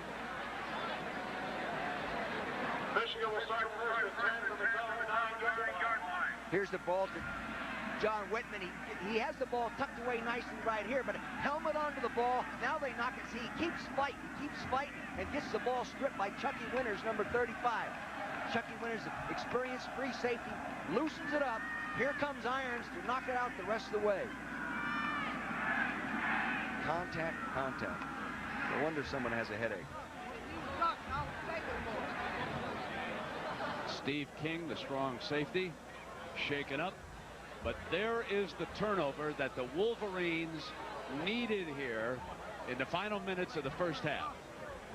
You cannot overemphasize what a difference 17-zip would have made to 10-0 right now. Oh, yeah, and the momentum, you could just feel it up here in the booth, Brent. The offensive line was just gaining control of the best run defense in the country. Now, they haven't played the 2 best offensive teams in the Big Ten yet. One up here today, one next week, Ohio State. But still, you can see the change in momentum, and that could hurt you. Defense has to come out and play a good series right now. All right, Dick, they've got Floyd in front of Biaka Batuka. Brian Greasy is the Wolverine quarterback. Biaka Batuka into the middle of the Nittany Lion defense, and he bursts to the 15-yard line, picking up 6 yards on first down for the Wolverines, who have plenty of time to mount something of their own here. They have plenty of time and plenty of horsepower in that offensive line. John Runyon, the big 300-pound left tackle. Zach Adami, the left guard. Rod Payne, that fine offensive center. They have horsepower. They can move the ball. Biaka Batuka slams for a first down. John Saunders. Brent, we begin with Vanderbilt against Florida. Barry Jackson, 9 yards, and he barely gets a hand laid on him until he gets to the 1 and then punches it in. 7-0 Florida leading Vandy. Maryland and Florida State. Buddy Rogers fumbles the ball as he tries the little pitch here. It's dropped. It's recovered at the 1, and Pooh Bear Williams takes it in from there. He has 2 touchdowns, 21-7, Brent. All right, John, and here the Wolverines are trying to dig out from that 10-0 hole. Brian Greasy can't get a man open, but Reamersma, the safety valve, is out at the 30. They'll be short of the first down. They ran a bootleg, Brett, on that, and the receivers are running through the zones. They're in the zones, wide open, and they keep running and end up covering themselves. When you see those big holes in the zones off play action, receivers should throttle down and let the quarterback find them in the hole where they're really open. 2:05 first half. Wolverines looking for their first score. This is 2nd down and 1.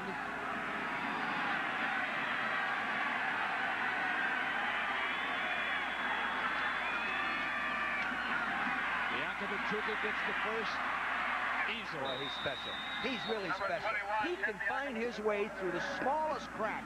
And from this angle, it didn't look like there was any way he could find his way through there. But he has that good vision, that good leg action. He can narrow those hips, swivel through places, just like he did there. Nice run. Can't say enough good things about how he plays the game. It means a lot to him to play well. Here he is at the top of your screen. He'll find a way through there. See, just a little crack, not much. Yes, he got a block from Todd Richards, 83. Mostly, though, his own individual effort, his desire to advance the football. Well, we have a timeout here, so let's check in again with John Saunders. John? Coming up on the Prudential Halftime Report, we'll have highlights of number 2 Ohio State, number 3 Florida, and number 4 Tennessee. We'll also preview the regional games we'll have at 3:30 Eastern Time. It's at halftime.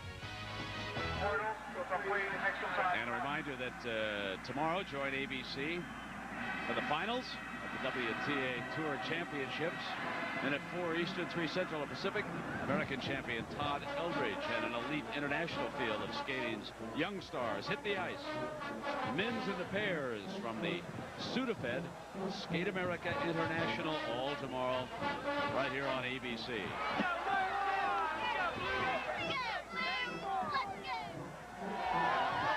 A winter wonderland. It didn't look like that Thursday morning, I'll guarantee you. Just under 2 minutes. First down. Chris Howard, the lone running back.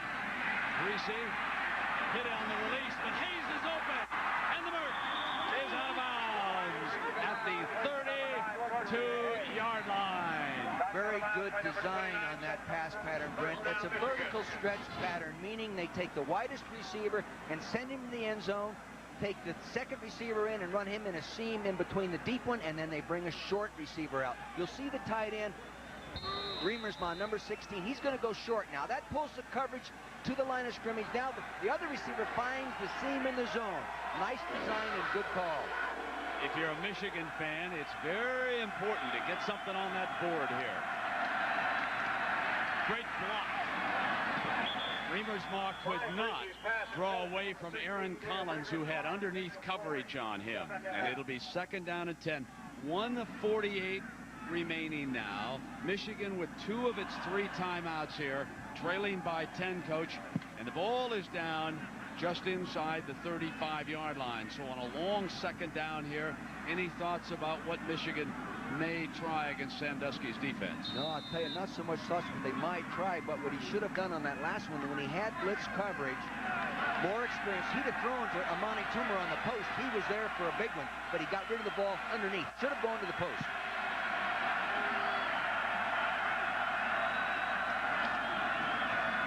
Play fake. Steps away from the pressure in a foot race. Throws. And Hayes couldn't hold on in the end zone. You can't do any more than that as a quarterback. Under duress, play action, protection breaks down, defensive people chase him. He's going down. He throws it right where he has to throw it, and a real fine receiver that made the biggest catch we've seen all year drops it. Todd Atkins flushes him. Here comes Brandon Noble, 93, chase him. He just leaves it down there. Mercury got to make that play. He's got to make that play if they're going to win the football game. It's 3rd and 10 and 140. It'd be a very long field goal attempt from here, too, for Remy Hamilton. Howard is short of the 30-yard line. Now Michigan, decision time. Brandon Noble did a real nice job at his nose guard position that time, coming off. Real good technique, whipped the block, moved inside out, made the tackle. Just like the defensive line coaches, Joe Serra coaches him to do. Michigan going to talk it over. Penn State thinks they'll go for it on 4th and 9. We'll be right back. Have you heard what Jim's driving? What's he got now? You just see this thing. What an incredible machine. Sleek, aerodynamic.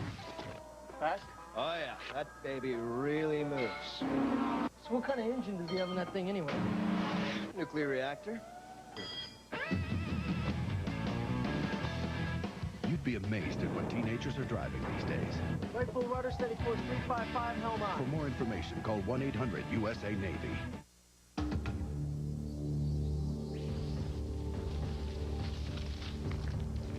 Are you lost in a financial jungle?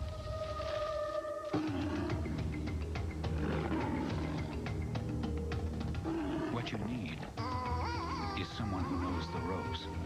someone you can count on for advice and financial information. MetLife can help you tame the risks and help you make sense of it all. Get Met. It pays. Here we are at the World's Do-It-Yourself Finals. Larry Snyder's up in the routing compulsories. This man's making a name for himself today. Very smooth. But can Larry and his trusty Ryobi tools handle the 4x4? He takes it deep. Out of here. This kid's coming in unranked. But he's got all the tools, the power, the touch. Oh, he's in the zone now!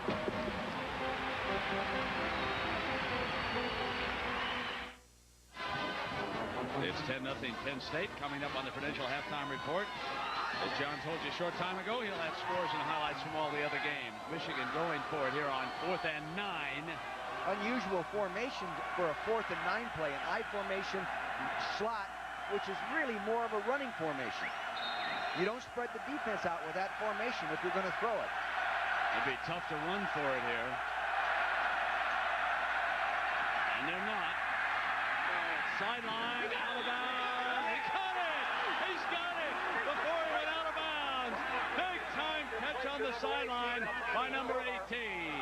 Well, again, he threw that ball high like he did earlier, throwing the ball to his right on the same type of pattern. But it didn't look like it was in from up here. Here he is. He goes up. Yes, he did a beautiful job. Oh, Toomer. Nice job. That's a big-time reception with his toes. 13 yards and a first down inside the 20-yard line. That's the advantage of being 6'4" and a gifted athlete. You can get up there and snatch those. Now 1:22 left to work with here. Tracy fires high and incomplete. He threw it exactly where he should throw it, but he threw it too high. The coverage all rotated to the strong side. It gave him one-on-one. All he had to do was get the nose down. Get the nose down. You see the coverage is rotating this way, this way. That leaves the one-on-one. He goes to the post. He just doesn't throw it accurately. One-on-one. Now sip it right in that seam. Get it just a little bit lower. The linebacker might have forced him to throw it a little high. They were converging in a hurry. 4 blue jerseys toward Toomer that time, and it's 2nd and 10, 1:17 left here in the first half.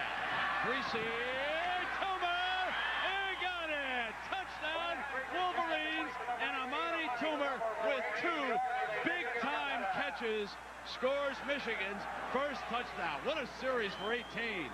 Exact same pass he just threw incomplete. The defense did the exact same thing. They rolled strong side. He came back. He went to the one-on-one. He threw it to the right guy. This time he threw it low enough to catch. Who Good is call. the best wide receiver in the Big Ten? You can't overlook Terry Glenn at Ohio State. But how about Toomer? Then there's Ingram here at Penn State.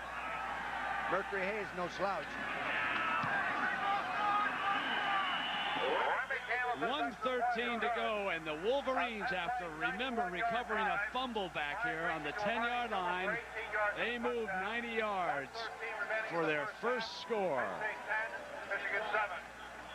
Taking a look again, you'll think it's the same replay you saw a little while ago. A safety will rotate deep, this safety here, and now he has one-on-one here. He's going to go to the post.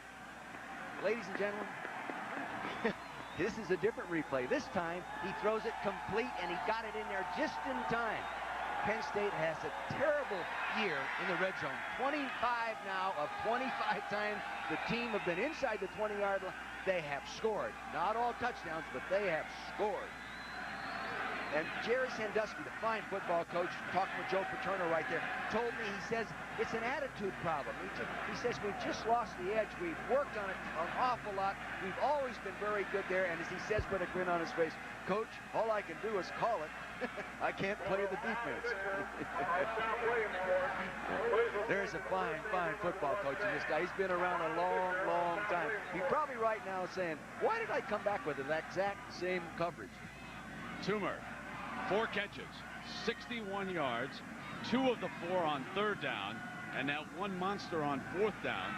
The TD pass, an 18-yard score, and it is 10-7. Number 49, Jay Sealy. He's received from Penn State. Number 40, Stephen Pitts. Number 20, Pitts and Everly.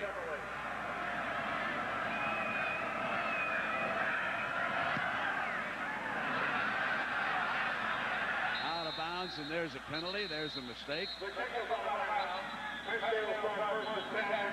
So Jay Feely, a young man from Odessa, Florida. We'll cut him some slack. He's never seen this much snow.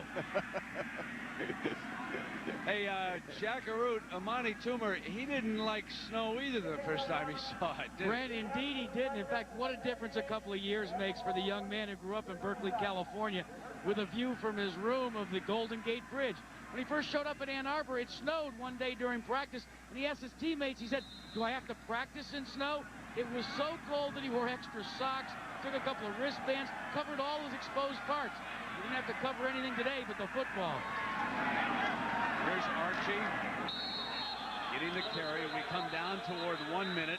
Sam Sword. You know, one thing about this Michigan defense, is there a defense in the country with better names? I mean, we've got a Steele and Irons and a Sword and a Sweat and a Zinkowitz. I mean, folks, that's my all-name defense right there. I love these guys. Also a power. And he's got a motor, that car. Yeah, yes, he does. There's another guy that's got a motor right there, Brian Millen. Good football player. Here's a true freshman playing outside linebacker, David Bowens. See, now this is football. There's dirt on the jerseys. We got 19 inches of snow. They had to bring the prisoners in. You know, that's right. They brought the prisoners in. They emptied out 3 jails. And they had the orange on out here. They were working far into the night. They were shoveling and they were getting it clear. And look at the scene we've got here, huh? You think they're hey, let's check in right now on some other upcoming ABC shows. It's a once-in-a-lifetime event. 2 all-new songs, 3 epic nights of television with the Fab Four. Reunited in words and music. The Invasion is Coming, the Beatles Anthology, Sunday only on A-Beatles-C. I'm Jimmy Smits. Join me as I host television's greatest performances. The greatest moments of Michael Jackson, Frank Sinatra, Whitney Houston, Madonna, Diana Ross, Steve Martin, and more. Television's greatest performances. Thursday here on ABC. Got to remember that start time when the Beatles come to ABC. That's coming up, huh? This week, what's that? 3-nighter, isn't it? What a happening that's going to be, huh? 10-7 now. Penn State over Michigan. Richardson, bingo to the tight end, and that's Keith Alsummer out of Moscow, PA. And there's a flag got tossed. You know, Brent, they have 2 timeouts left with 34 seconds. If this is a 15-yarder, they can nurse this thing down there, at least for a field goal attempt. They have a good field goal kicker. Yeah. 15 yards, first down. Right on the top of your screen, going out of bounds. He's going out of bounds right there. Oh, that's not a personal foul. That's football. That's number 43. That's Clint Copenhaver. That's not a personal foul, guys. Ridiculous. That's a gift. Yeah, I agree. Yep, that was bogus. 39, first down. Richardson goes deep to the end zone. Incomplete. That was Freddie Scott trying to bring home the bacon. All he had to do was take a little bit more off that, because Freddie has the speed to run underneath. He goes man in motion, loosens up the coverage with that motion. They worked on this on the practice field indoors. He gets up underneath, going to the post, behind the safety. All he has to do is lay it there. If he'd have played a Willie Mays technique a little bit longer and not look so early for the ball, looking back with your head like that, you can't run quite as fast. Nice Weathers on that corner who was in the foot race. And now Pitts out of bounds, stops the clock. That's the key thing here. Down to 21 seconds. They don't want to run too far out of bounds over there. They'll need a snow shovel to get back to the huddle. That big Keith Conlon, the 300-pound tackle that pulls on that draw play, he's very nifty on his feet for a man 6'7", 300 pounds. Comes from a family of 8 children. Maybe that's where he developed all that niftiness, just fighting his way to the table, huh? He's a man. He's going to play on Sunday for a long time. 3rd and 5.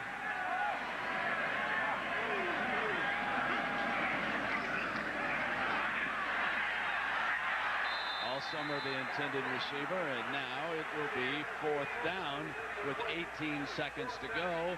And Conway, who has nailed a 49-yarder earlier in this game, trots onto the field for the Nittany Lions. I asked Conway on the practice field the other day. He was there talking to his dad. Has he ever kicked in real cold weather? He says, Coach, I'm from Georgia. I have never kicked in cold weather. And he said, in fact, I haven't kicked in cold weather up here. We've been indoors for 2 weeks. Dick, down on the field prior to the game, he was kicking very well. He has a good leg. This is a 51-yarder. That would be a record for him if he hits it. As long as a 49.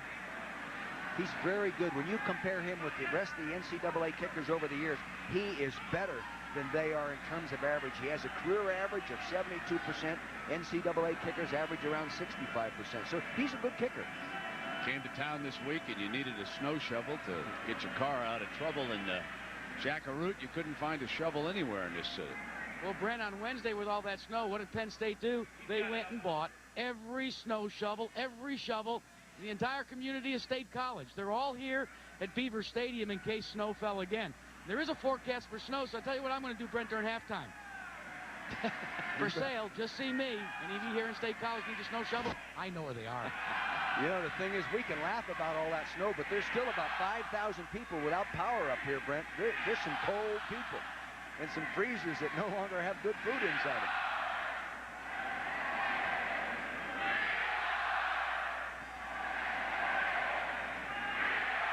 Just roll the venison out in the backyard, Coach. That's what we do in Montana. I know that, but you can always count on Big Jack shoveling, though, can't you? Whatever it may be, he shovels it. Oh, there's what you're talking about in Montana right there, right off the back porch. Into the Deer Hunter, and now Conway gets one up, and he's got another one. A 51-yarder to go with his 49-yarder, and what a day he's having. He is hot. His dad better come to these home games more often. We got him pumped up. That's the best kick of his career. Well, Michigan killed itself with mistakes. First, there's that kickoff out of bounds. Then they get that ticky-tack personal foul penalty. And that was the difference, and Carr is still complaining about that personal foul. There was no question. He's got a beat coming. It cost him 3 points. It's a high snap, but he got it down nicely, quickly. And there it goes right through it. That would have been good at 55, 56 yards. Conway's got to be pleased with that one. He set a new record last year for season kicking up here at 83%. He can bang them through. He can kick it off now with 12 ticks of the clock left. That is a big, big play because it's also a regaining momentum play. You know, you just lost momentum. You had it, you lost it. Now you regained it. And I tell you, I can understand why Lloyd Carr is upset with that call that gave him 15 yards over there. That was not a good call. We better check and find out where that guy lives who threw that flag. Maybe he lives out here in Belfont. Number 9, Mercury Hayes. Number 18, Amani Silver. To kick off for Penn State, number 20, Brent Al Conway. He can drive this one into the upper deck. Or the lower deck. Mercury Hayes. And Hayes out at the 30 now with 7 seconds to go. Time to go to work, everybody. Look at a root down there making a buck. Hey, the IRS is watching this, Jack. You better claim this on your income tax form. Yeah, no underground cash around us, Jack. We don't allow that. Hayes is banged up. Merck is down. Outstanding young man. Graduates in May. Jack is safe. The IRS is furloughed this weekend. That's right. Think they'll find the money to pay him? Non-essential service. I agree with that, to be honest with you.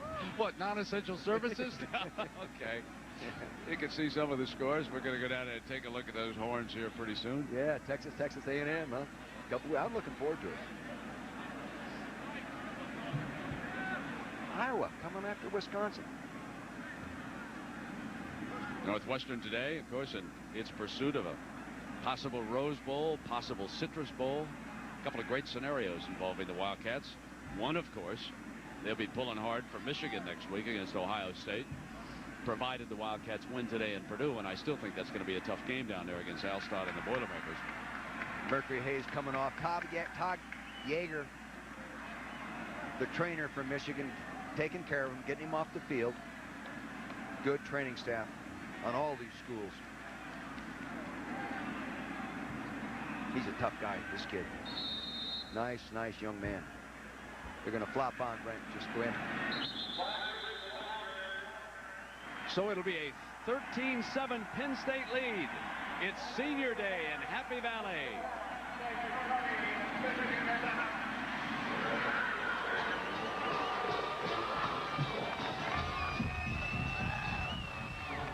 So John Saunders will be coming up with the Prudential halftime report. CFA College Football on ABC Sports. Brought to you by Chevrolet Trucks, the most dependable, longest-lasting trucks on the road. And Hitachi makes over 20,000 innovative products. Stay tuned for the Prudential halftime report after this message and a word from our ABC stations. Do you know what Hitachi makes? Ready? Go. Does Hitachi make camcorders? Yes. Barcode readers? Yes. Hydroelectric power equipment? Yes. Clown noses? No.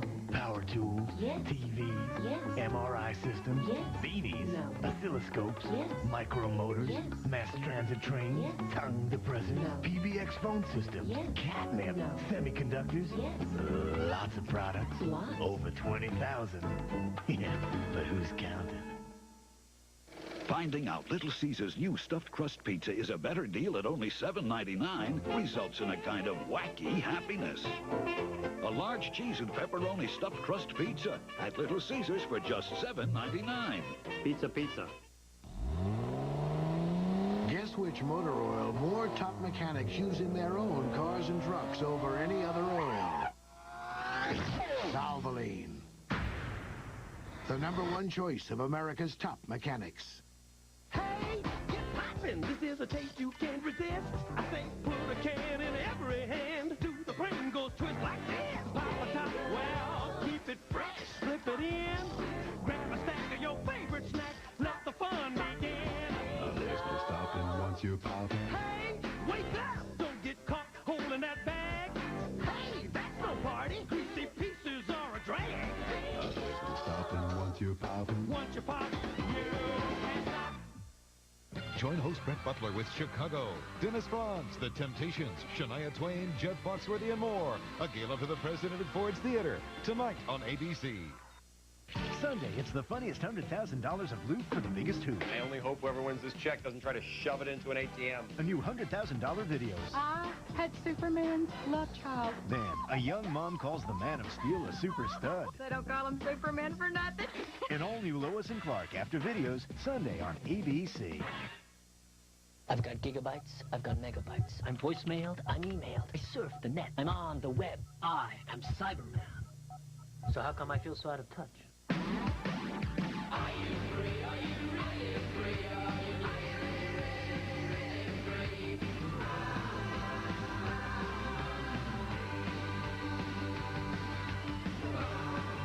On the road of life, there are passengers and there are drivers. The object in the mirror is the mid-size Dodge Dakota Sport. It comes with more cargo room and more passenger room than a comparable Ford Ranger or Chevy S10. Plus, you get an AM/FM stereo cassette, aluminum wheels, sport graphics, and more. Now, with all this, it might appear that a Dakota Sport would be way beyond your reach. But with $500 cash back, it's actually a lot closer than it appears.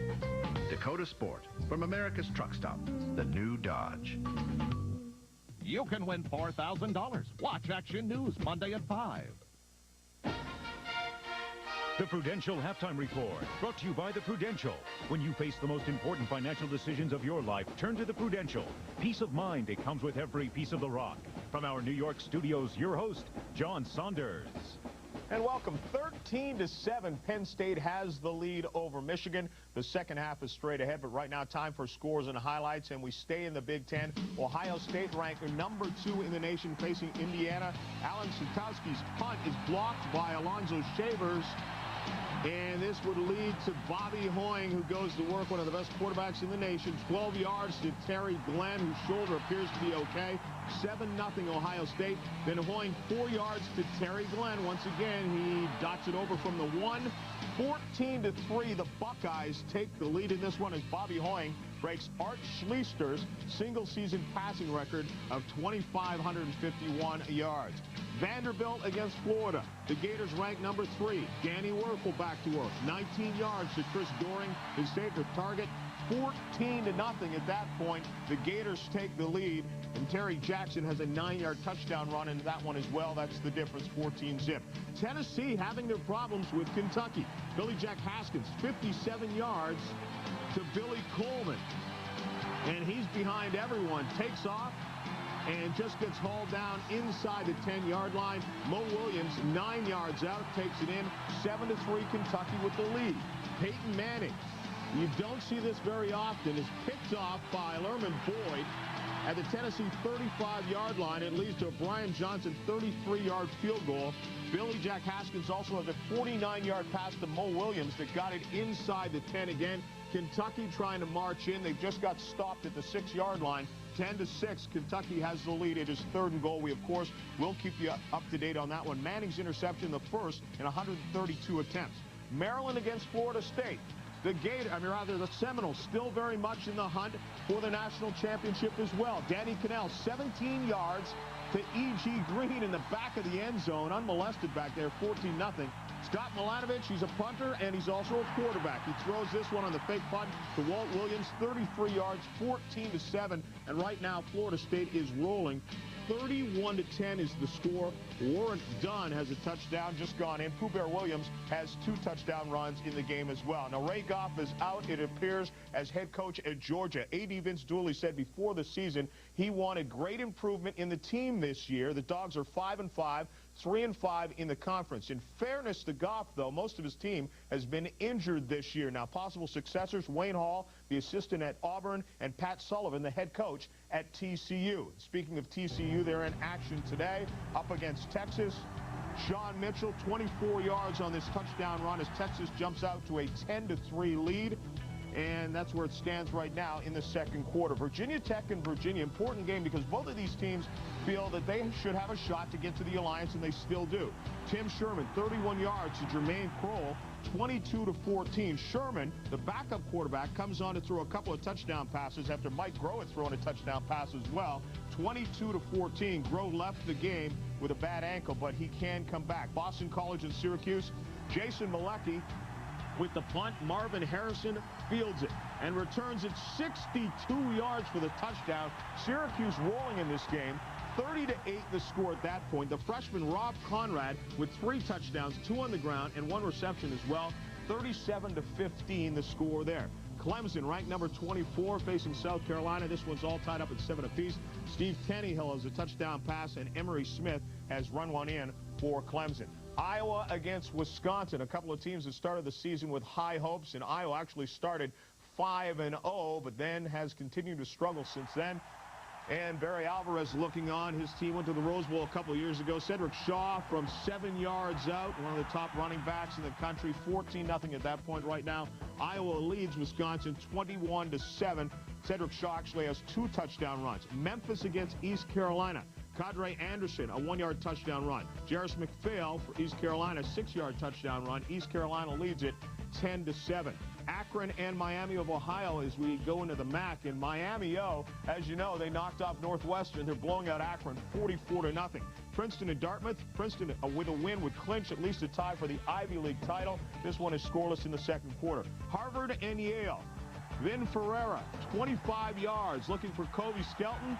He has it, fights out of a tackle, and takes it to the end zone, 7-0.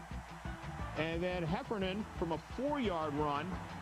Keena Heffernan makes it 7-6 is the score right now. Harvard over Yale. Harvard on a 7-game losing streak. UMass against UConn. UConn has lost 3 of their last 4, but right now they lead UMass 7-0. That would be a great basketball game if the coaches would ever get together and play it. Delaware and Rhode Island. Delaware ranked number 8 in the Division I AA poll, and they lead Rhode Island right now 7-3. The winner of this one going on to the playoffs. Right now, let's look at some more scores from around the nation, including Duke and North Carolina, tied at 14 apiece. Leon Johnson has a 2-yard touchdown run there.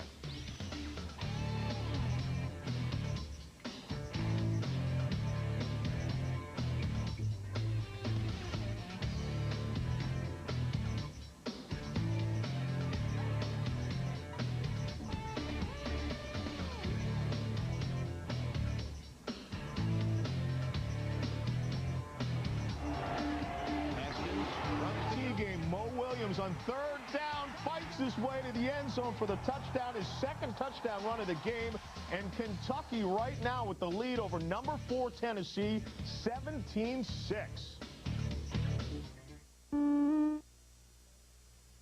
Financial concerns, medical problems, anxiety about the future, the loss of a loved one, the pressures we all face, the emotions we all experience. 50 million Americans, 1 out of every 5 of us, have found they can cope better, feel more secure, actually improve their lives by turning for help to one particular company. A company whose sole purpose has always been to provide its customers with products and services that bring them to a different state of mind. Peace of mind. Security, protection, preparation, optimism, peace of mind. It comes with every piece of the rock.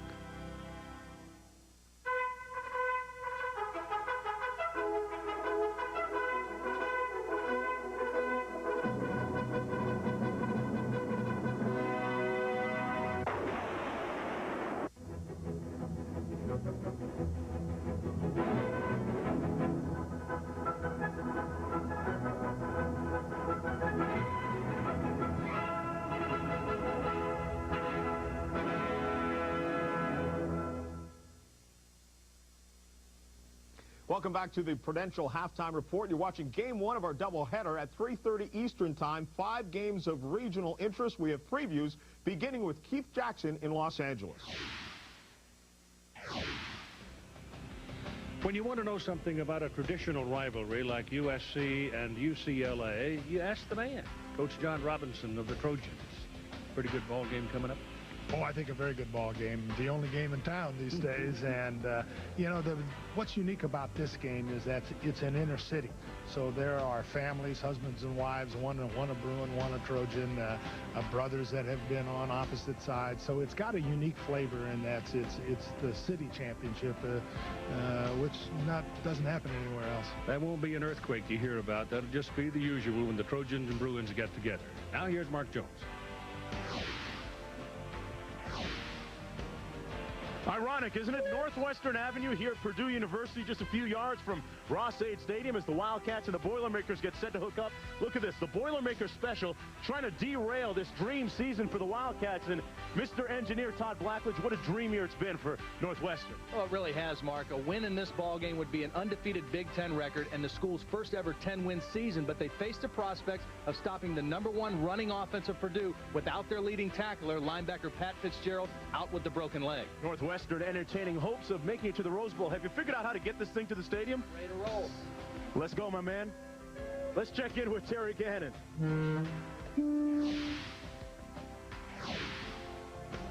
Here in Baton Rouge, Mike the Fifth, the Tiger mascot, getting rested up for the big matchup with Arkansas today. And Tim Brandt, it's the SEC West champion that comes to call him this afternoon. And Arkansas is trying to gain momentum for that championship game against Florida. Also, this game is huge for LSU because LSU needs the 6th win to be eligible for a bowl game. LSU trying for their first winning season since 1988. And one other note, the last 4 Tiger mascots have passed away after non-winning seasons here in Baton Rouge. Mike the Fifth will be cheering for the Tigers today. Right now, we take it to Gary Jarrell. During Coach Lavelle Edwards' 24 years at BYU, they've won a national championship, 16 WAC titles. They've gone to 19 bowl games. Today, traditional rival Utah makes the 45-mile trek down from Salt Lake City to try to keep the Cougars from adding another trophy to their very impressive display here in the football offices.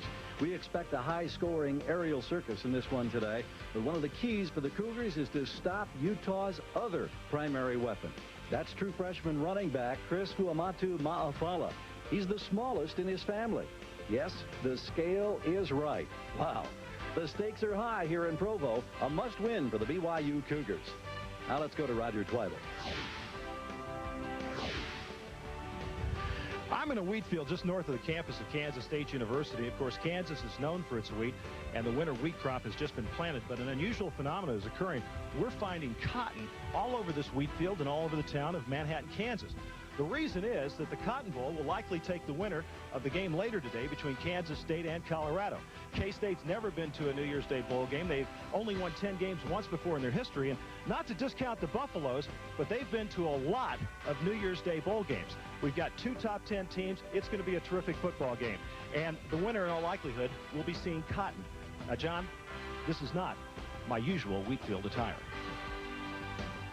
Come on, Roger. I know there's no dirt under those fingernails. Now, check local listings in your area to find out which game will be available to you. And we, of course, will keep you up to date on all the games. We'll continue with the Prudential halftime report in a moment.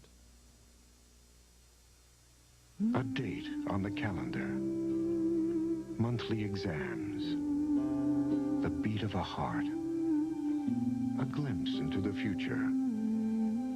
All the pieces that add up to a large dose of caring and concern from a pioneer in managed health care. Because babies need to be taken care of well before they're born. Peace of mind. It comes with every piece of the rock. If you're in high school and you want to play sports at an NCAA Division I or II school, you must be certified by the NCAA Initial Eligibility Clearinghouse. Ask your coach or guidance counselor for one of these student release forms. Fill it out and send it to the clearinghouse. Remember, if you're not certified, you can't compete as a freshman in NCAA Division I or II. For more information, call 319-337-1492. The Prudential Halftime Report, brought to you by the Prudential. When you face the most important financial decisions of your life, turn to the Prudential. Peace of mind, it comes with every piece of the rock. And we'll get you out to your second half in just a moment. But first, a story we'll be following for the rest of the day here on ABC Sports. Troy Davis of Iowa State needing just 79 yards to break Lorenzo White's sophomore record. But more importantly, he's closing in on 2,000 yards, needing just 170 to reach that. Here's a look at the list of the guys who've gotten there. Barry Sanders, Marcus Allen, Mike Rozier, and Rashawn Salam. The key note, each of those gentlemen went on to win the Heisman Trophy Award. It's time now to announce the recipients of the Burger King Scholar Athlete of the Week. Each week, a Burger King will donate $25,000 to the General Scholarship Fund in each winner's college or university. This week's winners are in Division 1A, Justin Konzimis from the University of Minnesota. Justin has a 3.66 GPA in business management and marketing. Division 1AA winner is Haishima Northern from Southern University. Division 2, Jeff Turnage from IUP. Division 3, Nathan Hutchings from Eureka College. Congratulations to all these fine student athletes. Remember, stop by your local Burger King restaurant for details on the College Football Scholarship Fund. Shake it, no dandruff. You've got Selsun Power. Brush it, no flakes. You've got Selsun Power with Selsun Blue. Doctors recommend it #1 over all leading brands.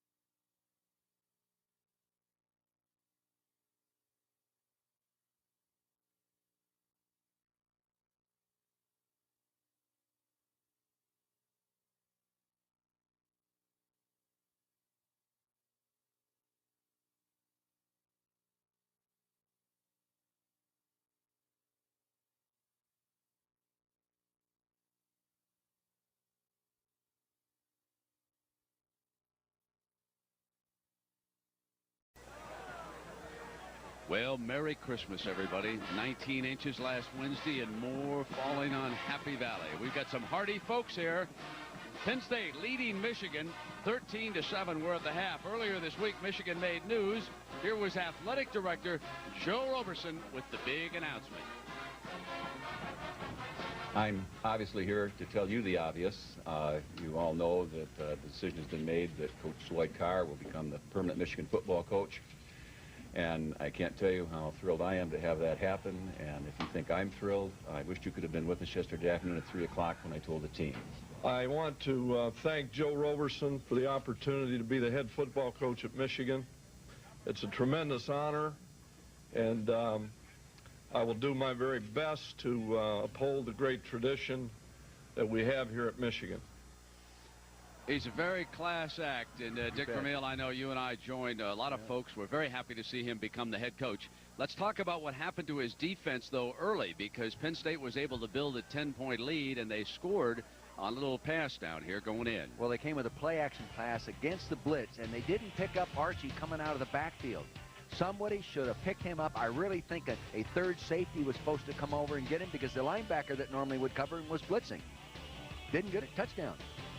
Michigan did strike late in the half, and this was a wonderful play. Really, they did it 2 times in a row. The post pattern to Amani Toomer. They got inside Miller, number 34. The big guy at 6'4", went up and took it down and put it in the end zone. So the victor keys, Dick. Take a look. Actually, as I looked at, Michigan run the ball efficiently on first down. 4.4 is pretty good, but they'll do better. Third down, they're not getting it done. Continue to run the defense like they have against the run. They haven't done that. They've been giving up 75 yards a game. There's 113 in the first quarter. So here's our second half kickoff, and the Wolverines with Mercury Hayes bringing it out, and the snow starting to fall. And now let's take a look at the Penn State Victor Keys after that sharp tackle by Mike Binder. Well, they have to be plus in turnovers, I think, to beat this football team, and right now they're +1. Get the ball downfield in the passing game. I really don't think they've done a good job of doing that yet. Improve the red zone defense. They haven't done that. That's why the game is so even. Hey, Coach, do the airplanes up here have 4-wheel drive? I don't know. For your sake, I hope they do. Oh, we are in for some Saturday afternoon now. Brian Greasy at the controls. It's 13-7. 10 to Shamunga Biakabatuka, and he's buried by the blue shirts. From the first half, the stats look this way. Well, you can see that Michigan has a slight edge in total offense right here. 214 to 119, but Penn State has the time of possession, but they're also +1 on the turnover factor right there, and I think that's why the game is right now as it is, 13-7.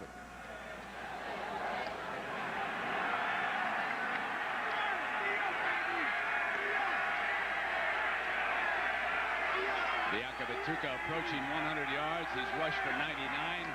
This will... Well, maybe not. Hold on, everybody, because Terry Killens of Cincinnati showing you why he's one of the best at that defensive end spot. Playing his last game as a senior at home right here with 19 other seniors. Nice job. The individual statistics. Greasy, 2 costly interceptions, 1 not his fault. Biakabatuka will go over 100 surely in the second half. And you can see that Hayes, who dropped a touchdown pass, has 1 catch for 30 yards, and Remersma 2 for 16. So Greasy brings it back now. This is a big third down. Chris Howard is in. They need 7 yards. Howard was an outstanding blocker a couple times in the first half. Off a play fake. Greasy firing a high. Toomer, first down, Wolverines. Excellent job. It was a bootleg pass, Brent. They started action one way, then he comes back out. They bring the crossing patterns toward him. He threw it up high to the big guy again, Amani Toomer. That kind of action, as you see, ladies and gentlemen, it confused you looking at it. It does the same to the defense. Got the ball right where he had to get it there, and Chuck Penzenik, number 29, made the tackle. They needed that big play right there, Brent, to get him out of that hole. Bailed him out of another third down situation. Biakabatuka back in. Floyd is the offset fullback. Here comes Biakabatuka. The first tackler could not get him down. Killens eventually does. And The Wolverines in the first half were moving it when they threw that first interception, then quickly a second one. It became 10-0, and then they finally scored late in the first half. And Biakabatuka now with 101 yards rushing. I like him more every time I watch him carry the ball, Brent. Howard is his running mate. He's offset there to the right. Fake and Greasy on the rollout has time underneath, and that was slipping the other back out was Howard. See, obviously they like this counter action, flow away, start the action one way and bring the ball back out the other way. That's how they completed the big third down pass. Now they come back with it on second down to throw it short. He actually could have gone downfield on that pass to Riemersma, but he didn't want to take the chance. Not quite confident enough yet to go ahead and throw that in the hole. All right, third down and 5.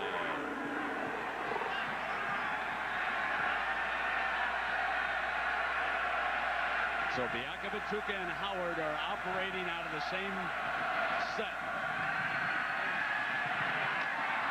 And the tight end, Riemersma, there it is, a late call, but Killens had backed up, and Riemersma was down on the ground pleading his case, and the flag quickly came. It was that'll be enough yards for a first down. It was pass interference. I'm just surprised it took so long to throw the flag.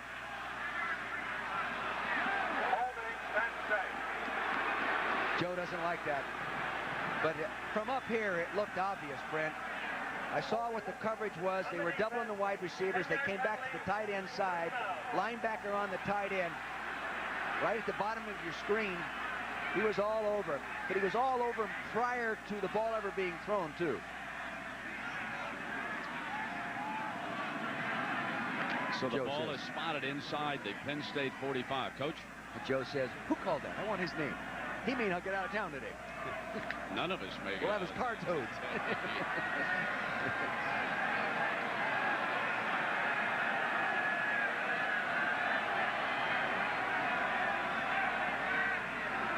Now Greasy waiting for referee to say it's all right. Jim Kimmerly says let's go. Biakabatuka, the Michigan running back. Biakabatuka. Out of bounds, but he is inside the 40-yard line with Aaron Collins giving chase, number 6. The big offensive center, Rod Payne, on that. He has a critical block because he not only has to block back, number 52, right here. He blocks back on that man, and he has to stay with him because it takes a while for it to get to the point of attack, and he did. He actually got a knockdown at the end of that play. This guy is a good football player, Rod Payne.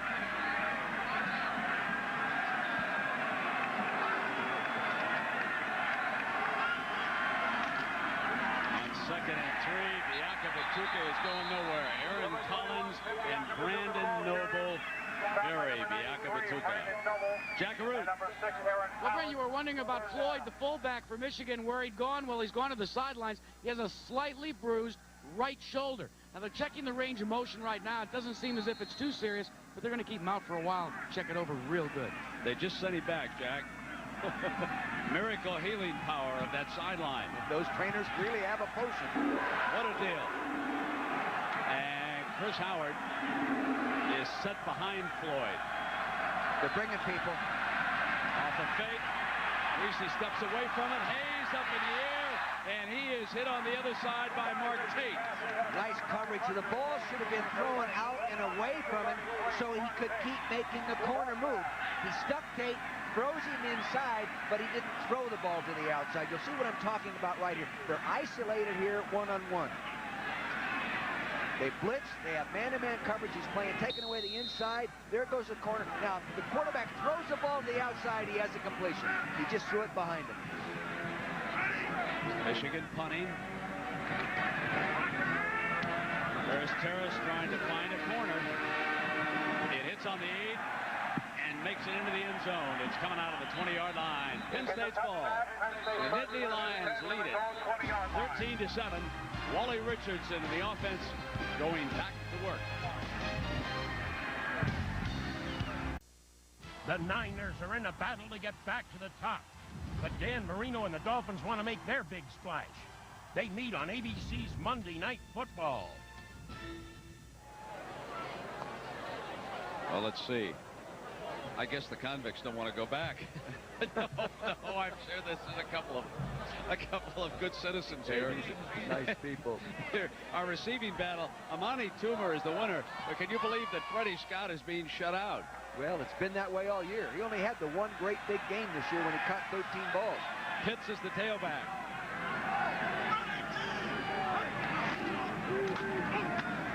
Slammed at the line of scrimmage. No gain. I mean, buried big time. All Pitts had to do was read the blocking properly, and he would have been outside running clean. He made a mistake in reading the blocking. And you don't want to make a mistake when you're running against a linebacker like Irons, number 37. See him backing up right there? Pow! He knocks you back. That's probably the best hitter of any linebacker we've seen this year. Best we've seen. Yeah. He loves to play the game. Second down.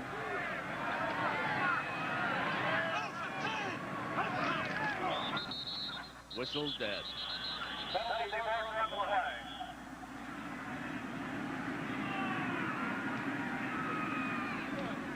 Dead ball. False start on the offense. Well, John Saunders, well, we got a moment. What's the latest on Ray Goff down at Georgia? Well, Brent, we told you at halftime that he was likely out as the head coach at Georgia. It is now official. Vince Dooley asked him to resign. He will stay on and coach next Thursday against Georgia Tech, a game you'll see right here on ABC at 11 o'clock Eastern time.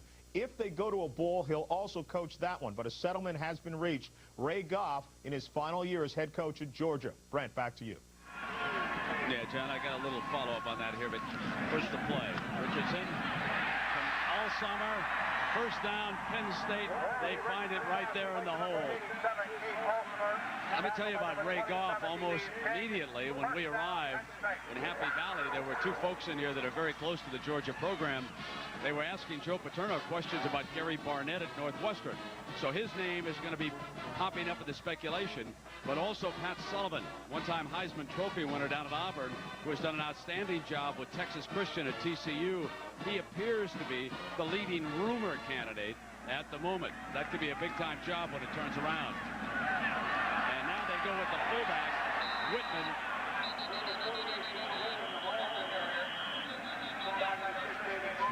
Threw the flag over there, Brent.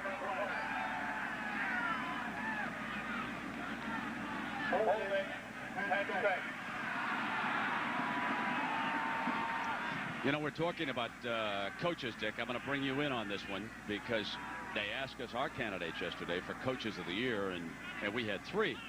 Two very interesting names there. The jobs that Bill Snyder did at Kansas State and Coach Barnett at Northwestern in turning around programs that had been way down. These two guys are excellent, excellent football coaches. I mean, they can turn any program around, and Gary Barnett, to me, would be the obvious winner. John Cooper's done a great job. He's had time to get him to possibly the Rose Bowl, but Barnett, to do what he has done at your old school with guys like you, I tell you, that makes it tough. You've got to give him respect. You bet. Not that you want to slide stuff. Richardson over the middle.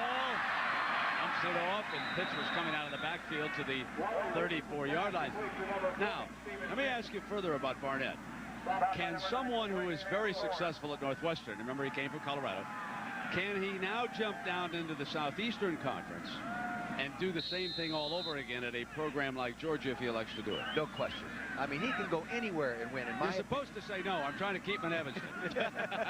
No, he can go anywhere. You weren't supposed to answer it that way. I think his move... I told you earlier you're not supposed to say that. I think his next move will be the National Football League. I do too. Second down and 8 if he goes anywhere.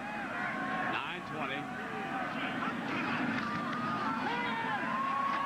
Richardson deflected, incomplete, and now it will be 3rd and 8. Joe Juravicius was coming in. I know that pattern. This is a universal pattern that they use all the time. There was no reason to try to throw this as a check down. The split end was coming across from the right side of the screen. Here he is just appearing, and Juravicius is saying, hey, here I am, throw me the ball. And big old Zinkowitz, who missed last week's game against the Boilermakers, that 5-0 confrontation in the miserable weather in Ann Arbor.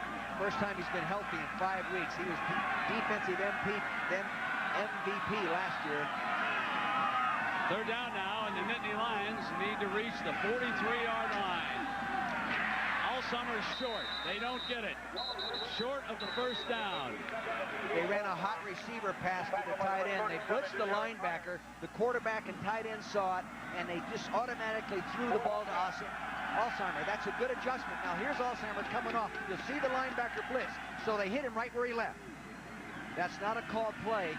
That's an automatic adjustment after the snap. They just didn't get far enough with it. So Penn State will punt it. Darrell Cania, we haven't seen him since early in a ball game.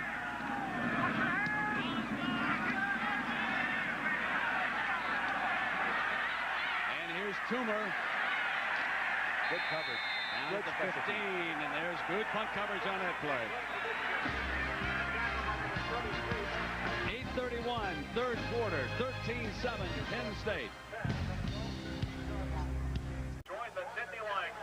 Well, let me talk a little bit about the holiday fair coming up this Thanksgiving week, college football here on ABC, and certainly we're sorry it didn't work out for Ray Goff. We always got along real well with the coach down there. Georgia needs to move along with its program. They'll take on Georgia Tech. Then Friday, Purdue, Indiana, Boston College, Rutgers, North Carolina State, Arizona State will have regional coverage, which will be followed by this network game featuring the #1 ranked team in the country, Nebraska, the Cornhuskers. You'll get to see that awesome offense. And if they get a chance, they'll take it to Howard Schnellenberger. There's not a whole lot of good feelings that go back in time. And now, Reese, it's caught! The 47-yard line by Mercury Hayes. That time he threw the ball right where he had to throw the ball, over the outside shoulder, away from the inside man-to-man coverage. Earlier, he didn't do that with a corner pattern. He comes back the next series and does a real nice job. He got time to throw the ball. Good pass protection all the way up in front.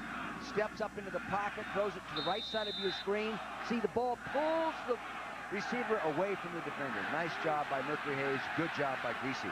A 38-yard pass play with Biaka Batuka, who checks back in, and he is jammed up at the line of scrimmage. Rod Payne could not blow it open, and Brandon Noble shut down the hole on the tailback. Those two tackles, Dick, John Runyon and John Henson, have been doing an outstanding job of running off the rushmen on the pass play, giving them just a little bit extra time with the long reach. One 6'8", the other's 6'7", they can do it. And they both, you know, one is 300 pounds, the other's 280, and they both have more eligibility. Awfully good offensive line coming back next year. Howard in, Runyon over there. You were watching him as he gets ready. He's number 69. Looks like they're coming after him, Brent. Here they come. Incomplete. He had him. He just has to hit him. Good changeup, good pressure, good changeup call by Jerry Sandusky. He said he didn't want to blitz these people very much because of the quality receivers. Amani Toomer and Mercury Hayes, tough to cover those guys one-on-one. Did you get that, Brent? Yes, sir. You were practicing your French again, I know. Third down and 10. Jerry Sandusky.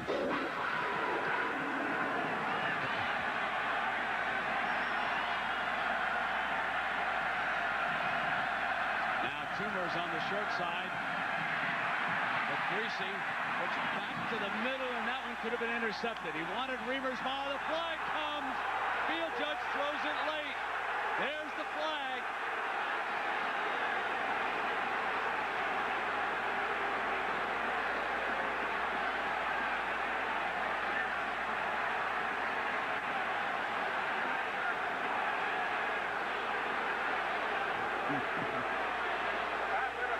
There it is.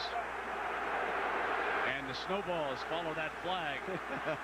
Now, let's take a look here, Coach. I didn't see the pass interference. I just saw good defense. Right in the middle, you'll see both linebackers drop out. Now you'll see them collapse on the ball right in the middle of your screen. Boom. No pass interference there. Good defense. They should rejoice.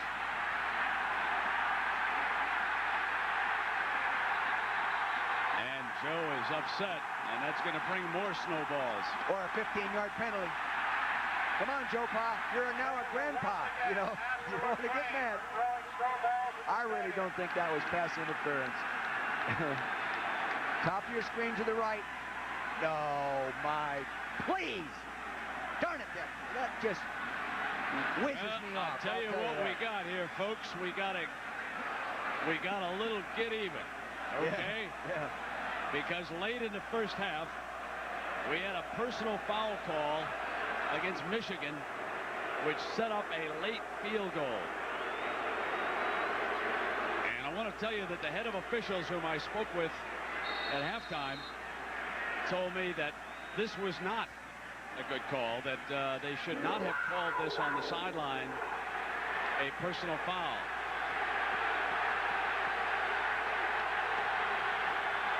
But they did, and that helped set up a field goal. Now we've had a phantom pass interference call. Biakabatuka battles his way toward the 35-yard line on first down. Well, Jerry Sandusky has challenged these defensive kids for 2 weeks to step it up another level. Some of you playing your last football game here. I'm not worried about Michigan's offense. I'm worried about how hard we're going to play, how disciplined we're going to play. They're being forced to rise to that level right now with calls like that. That was 3rd and 10, Brent. That's a Christmas present early. 2nd down and 7. Howard and Biakabatuka together.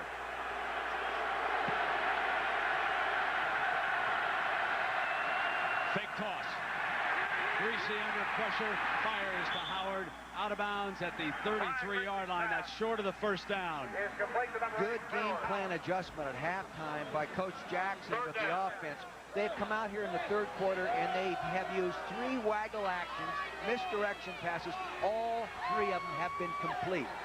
Good change up by Coach Jackson.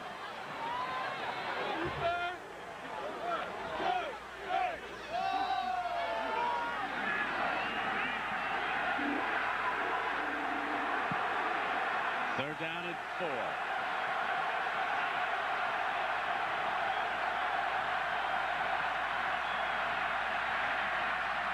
Got the first down. That's all they had to do, and Mercury Hayes got to the spot before he was pushed back. They convert another 3rd down, and the Wolverines have got it going inside the Penn State 30-yard line. I feel Brian Greasy gaining confidence in his throwing as he's going very deliberate. Boy, he rifled that right where it had to be for the first down, reading the coverage, taking the guy for the first down, gaining poise. I think he's 100% complete so far in this 3rd quarter. I think the 2 interceptions threw him off for a while. Right. And he's now back in the rhythm. He's inside the 30. Let's see if he can keep it going. Wolverines are down 13-7.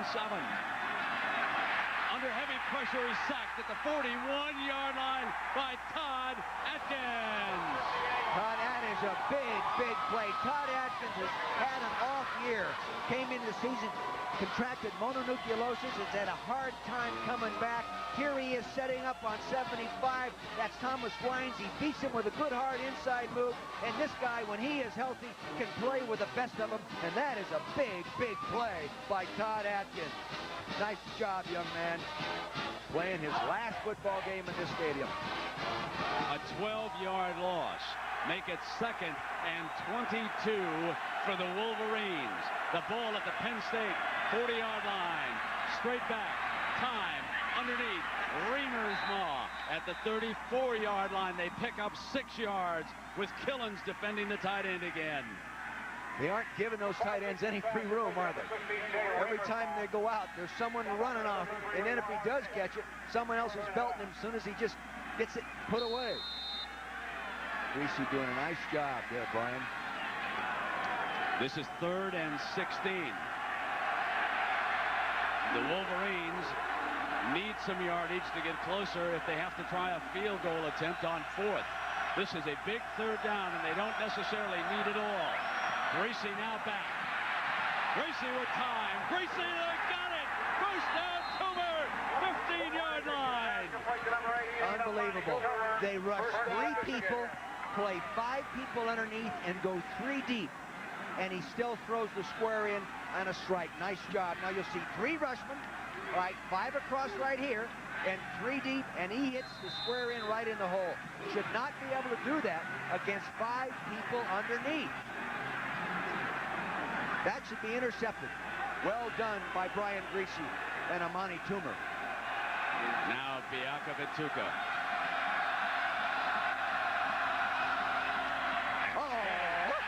They did not fool anybody.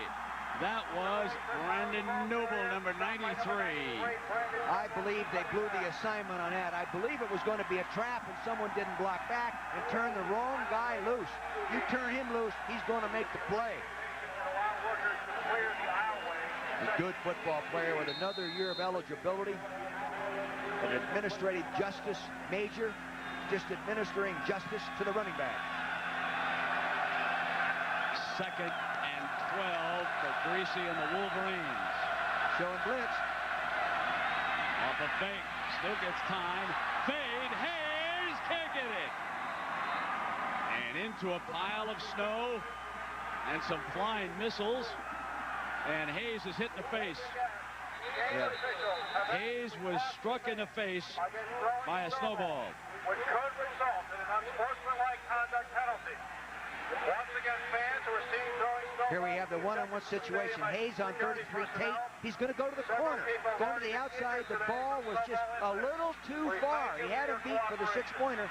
Just couldn't get it there. Inches, inches, inches. He gets up and then he gets hit in the face.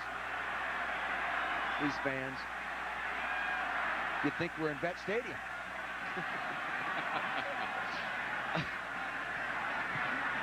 I'll bet Jack Aruta's safe.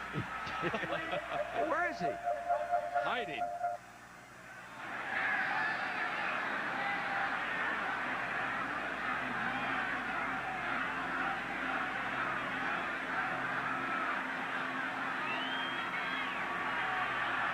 Coach Paterno went down to the 10-yard line and yelled at the fans to knock it off. But when he speaks, they listen. They've been listening for 46 years. 30 as the head coach. And Merkel take a break. Toomer, the key guy. Now it's 3rd and 12. They don't want to turn it over. Williams checks into the backfield. Greasy, middle. Now Toomer sprinting.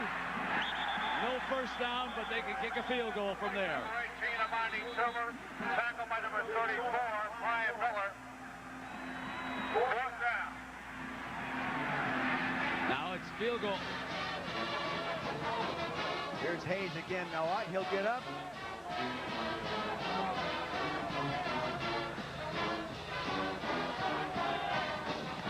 Work his way out and wham in the face right there. Again. All right, Remy Hamilton to attempt a 29-yard field goal. And a good kicker, Brent. He doesn't miss many. Well, let's see. Ladies and gentlemen, let's call it all square. We had a bad call against Penn State or Michigan earlier, resulted in the field goal. Now a phantom call on Penn State, and Michigan kicks the field goal. We're back where we should have been a long time ago, sitting on the 3. CFA College Football on ABC, brought to you by Chevrolet. The cars and trucks 36 million folks depend on every day. Genuine Chevrolet. State Farm Insurance. Like a good neighbor, State Farm is there. Nice to have you along with us on a snowy Saturday here. Happy Valley, the home of the Nittany Lions of Penn State. Last year's unbeaten Rose Bowl champions. They downed Oregon. Michigan a few years back. They had a Donnybrook of a Rose Bowl game against Washington. I hope you got to see Tyrone Wheatley in that one. This time around, could be Ohio State. Maybe it'll be Northwestern. That story's still unfolding. Meanwhile, the winner here hopes to reach the Outback Bowl. Short kickoff. Fair catch. At the 26-yard line, where Penn State, with a 3-point lead, will put it in play after the grab by Carl Gray. Penn State starts 1st and 10 from its own 27-yard line. Balanced attack, came into the ball game with 212. As of right now, they're balanced again, 113 and 113. They could still have to get the ball to Freddie Scott at that flanker spot. They're playing with 10 guys without getting him the ball. It's hard to believe that someone that talented is being shut out here today. Well, I don't think it's the fault of the defense.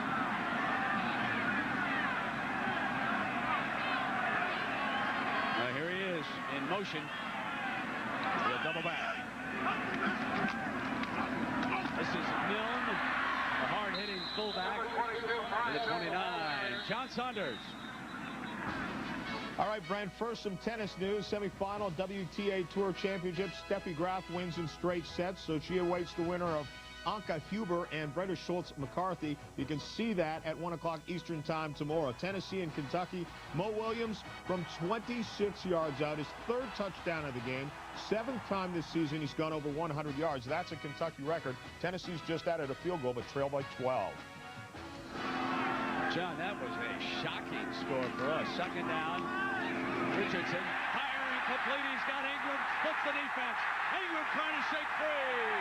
To the 31. Touchdown saving stop by Woodrow Hankins. Well, I'll tell you, Andre Johnson, the short side tackle that time, cut the defensive end, so it was an easy throw for that slant pattern. And you get that ball on the slant pattern right here, it'll get the nice cut down blocks. Now that allows the quarterback to throw right over the top into that zone. And boy, when you get the ball in this guy's hands, it's a record every time he touches it. A 40-yard gain to the 31. And Ingram, the big play receiver for Penn State, challenging Amani Toomer here in the second half. Richardson off a fake fire. Scott incomplete. And he's still being shut out. It'll be 2nd and 10. You know, Dick, going back to the 24 points that Kentucky had put up on Tennessee, Tennessee loses that game, Arkansas could wind up in the Citrus Bowl. You bet. And you know, Danny Ford has done a tremendous job. Here's that bootleg pass. Try to get inches again. Just take a little off that, Wally, and you'll have a completed pass. 1:50, third quarter. All summer. Moves the strength over to the right side. That's unbalanced. Now they go in motion. They have a trick play off this formation. Pitts. And the trick was to get free to the 20-yard line. First down, Lions. They're taking the ball back to the tailback. The offensive line right now is dominating the line of scrimmage. They're taking people off the ball. Keith Conlon, Jeff Harding, Barry Jones, Marco Rivera, Andre Johnson, knocking people. Then they're giving the ball to the right guy. Good effort. That time, poor tackling by David Bowen, number 6. This veteran offensive line, which has given up 20 sacks this season as opposed to 5 all of last year, trying to pave the way for a critical touchdown. Pitts battling for 2 or 3 yards over on the right side. John Saunders. Brent, Virginia Tech and Virginia, and the Cavaliers starting to pull away here. Tiki Barber, 9 yards. Bunch of hands on him, but nobody brings him down. 29-14, Virginia has the lead. Brent.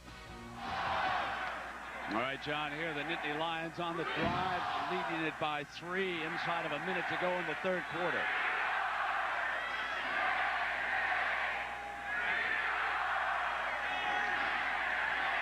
Richardson, middle's open, he couldn't hang on.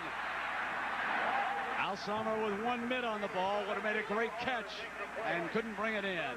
Look at Wally Richardson. He's so upset with himself. He knows he had that right there.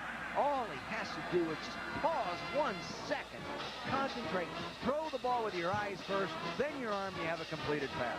He just threw it too quick. Dick, we're sitting on 3rd and 7. Coach Paterno is up by 3. A field goal puts him back on that 6 again. Your feeling about strategy down here right now? Well, personally right here, I would run the football on some kind of a draw. They're going on a quick slant. There's some interference there. There's pass the flag. First down.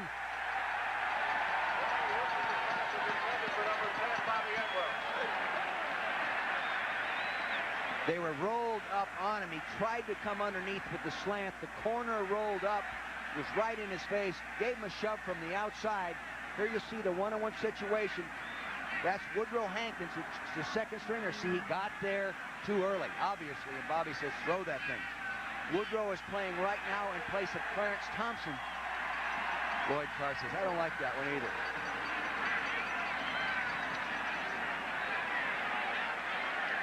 Going with an aggressive approach. The reason I like the draws down here in those situations, Brent, is defenses in that time, a defensive line really coming upfield, getting hard. And how many times this year have we seen a running back take the draw from 10 or 15 yards out and run that thing in for a score? If you don't get it, you're still in good position for a field goal, and you don't risk a sack or turning the ball over. Last year, they would have just given it to Milne. Yeah. He's leading the way. Hits right, cuts, 3-yard line. Second and goal, Penn State. Keith Alsomer doing a real good job of blocking over on that side along with Keith Conlon. And they're using the fullback real well now to kick out on that. John Whitman is the big guy at 230 pounds doing a good job over at the point.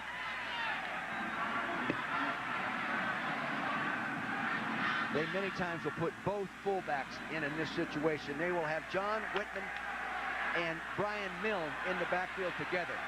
And they sometimes load with Jason Slode, yes, number 15, and that gives them 3 fullbacks. Milne short of the end zone. Now it's third and goal for Penn State. You know, sometimes a guy can get a great block and you still don't get a great play because somebody else breaks down. But John Whitman, that time, the fullback, really had a nice block. Somebody else broke down. That's the end of the quarter. We'll have the fourth after this message and a word from our ABC stations. I'm 54 years old, and I still eat Kellogg's Frosted Flakes. Brave adults challenge the notion that Frosted Flakes cereal is just for kids. I eat them, and I love them. There. What's so hard about that? This is only going to be seen late at night, right? Oops. Dolores. Has anybody seen Dolores? Oh, never mind. The sweet crunch of Kellogg's Frosted Flakes have the taste adults have grown to love. They're great. I love him. Don't you just love him? A date on the calendar. Monthly exams. The beat of a heart. A glimpse into the future.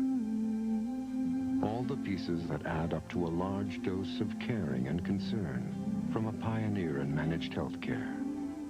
Because babies need to be taken care of well before they're born. Peace of mind. It comes with every piece of the rock.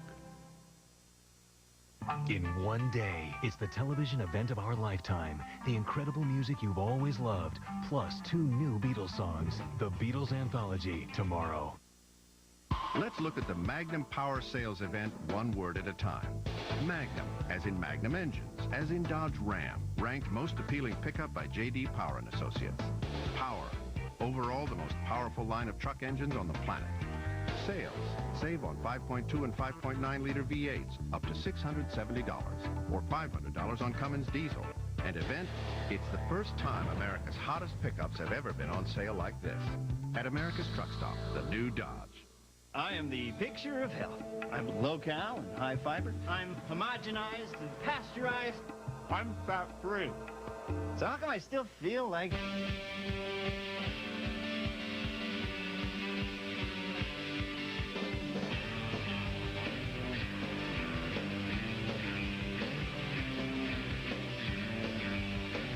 On the road of life, there are passengers and there are drivers. You can win $4,000. Watch Action News Monday at 5. Well, coming up next, the second game of our college football doubleheader. Check your local listings for the game in your area and call your cable operator for the games available on pay-per-view next right here on ABC. It is third and goal as we start the final 15 minutes for Penn State. Freshman Curtis Enos, number 39, checks into that backfield. The Nittany Lions leading by 3, and you would think the staff would be thinking, we have 2 downs here to score a touchdown against the Michigan defense. They remember back a couple of years ago when the Wolverines were able to stop them. Oh, Michigan! It is coming out. The freshman running back fumbles on his carry. 3rd and goal with Clint Copenhaver wrapping it up. And the ball now will come out. Brent, I believe Kurt Enos was stumbling at the point of exchange. Was off balance right here. See, stumbling forward right there. That's never really had the ball. Coach. Never really had the ball. From the I formation, that should never happen. Dick, see, it's way back there. He's fumbling. I think Richardson was fumbling on the handoff. I want to go back and see that again. I think the ball's coming out of his left hand. And he kicked it out with his knee as well. That's one disadvantage of rotating running backs. Well, I don't think that had anything to do with it. I think the ball was being fumbled by the quarterback on the exchange. We'll take our time and take another look at that. It's 1st and 10. Greasy and the Wolverines are coming out right now. Floyd and Howard are the running backs. That's Mercury Hayes, number 9. And Greasy, with plenty of time, threw behind his receiver, Riemersma, who he had open. Now, Dick, back and watch. Covered by 47, Gerald Mahoney. Second down. Take one more look. Ball was coming out of his hand. The ball hit the fullback's hip as the fullback went by and knocked it out loose from the quarterback, so he couldn't get the clean exchange. Again, you would fault the quarterback for the wrong angle, leaving the line of scrimmage to hit the fullback. Biakabatuka in at running back. Biakabatuka blasts his way to the 26-yard line. Powerful run. Well, Penn State is going to look back at this offensive performance in agony. They fumbled at the 8th and on the goal line today. That was a 3rd and goal leading by 3 and a bobbled exchange. See, the quarterback comes out at an angle supposedly to give room for the fullback to lead on the isolation block. He came out too flat and hit the fullback's hip with a football. Knocked it loose, then tried to still hand it off and couldn't do it. He was losing control, wasn't he, by yes, that he point? was. So it's 3rd down and 4. Blitz up inside. Bobbled, incomplete, and that one was in danger of being picked off. And what's wrong with Mercury's hands today? I don't know. He's letting the ball get to his pads rather than using his hands. Both times he's dropped, the ball has hit him in the pads. You'll see they blitz the linebacker inside. He comes across right where he is, getting the football, but he drops it. See, no one right there in the hole, puts it right there. And also he took his head and turned his eyes to look at the tackler. He's not having a good day. He's too good a football player to drop 2 passes. Now Michigan punting. Archie. Down at the 43-yard line. Mike Archie on the return for Penn State. Picked up by number 31. Thomas Tucker. Boy, that defense has to be excited about that series right there. You turn the ball over. Many times, you and I both, doing a game together, have seen a team get a turnover and take the ball the length of the field because the defense goes in the tank.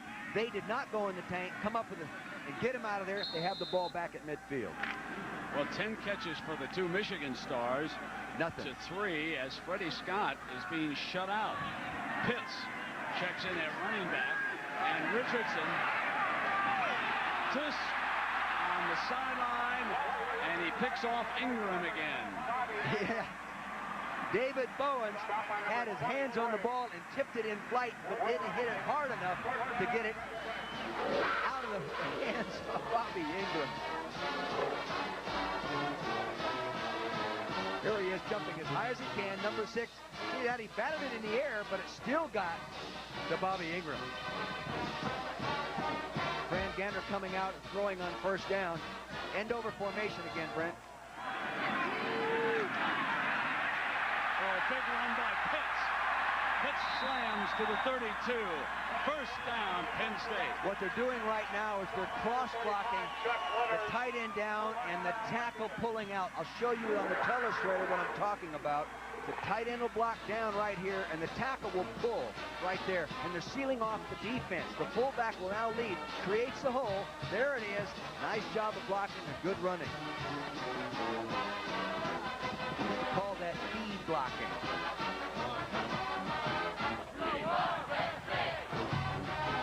First down for the Lions.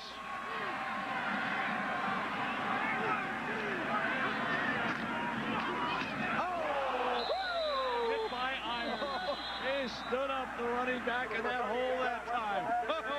Major league. Hit by irons. Got the right name. Holy mackerel, did he hit him. See, he read the trap block.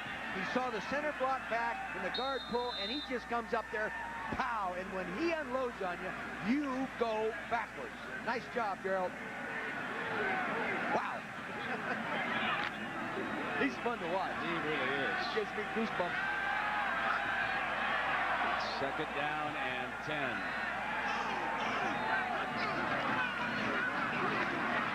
Swing. Archie. John Saunders, what's going on with the Volunteers of Tennessee? Well, Brent, they're struggling, but they're trying to fight their way back against Kentucky. Peyton Manning just keeps this one and finds his way across the goal line. 24-19, though. Kentucky still with the lead, and Kentucky with the ball. Indiana and Ohio State will show you this one, 21-3. Bobby Hoying, the starting quarterback for the Buckeyes, knocked out of the game with a slight concussion. He could return, though. Brent, back to you. All right, John. Next week, Hoying and the Bucks have got the Wolverines in Ann Arbor. Northwestern later today plays at Purdue. Scott's first catch of the day. And it's a first down, Penn State at the 20-yard line. That's the first time, like you said, they've got to get the ball in his hands. It makes it too easy. Here they got the slot formation set to the field. Here's the slot formation set to the field. There goes zone defense right here. They come off. Now then he goes right back underneath into the zone. Just lay it in there nicely. About time they got you the ball, Freddie. It's not a mirage. Good player.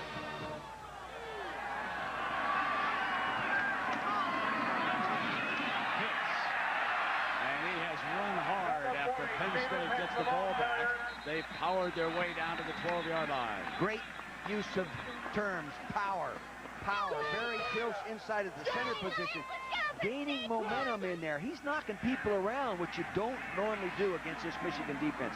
Look at the total yards. Talk about real even football game. Michigan has been giving up yardage, but they forced two critical turnovers down here. Now it is second down and 2.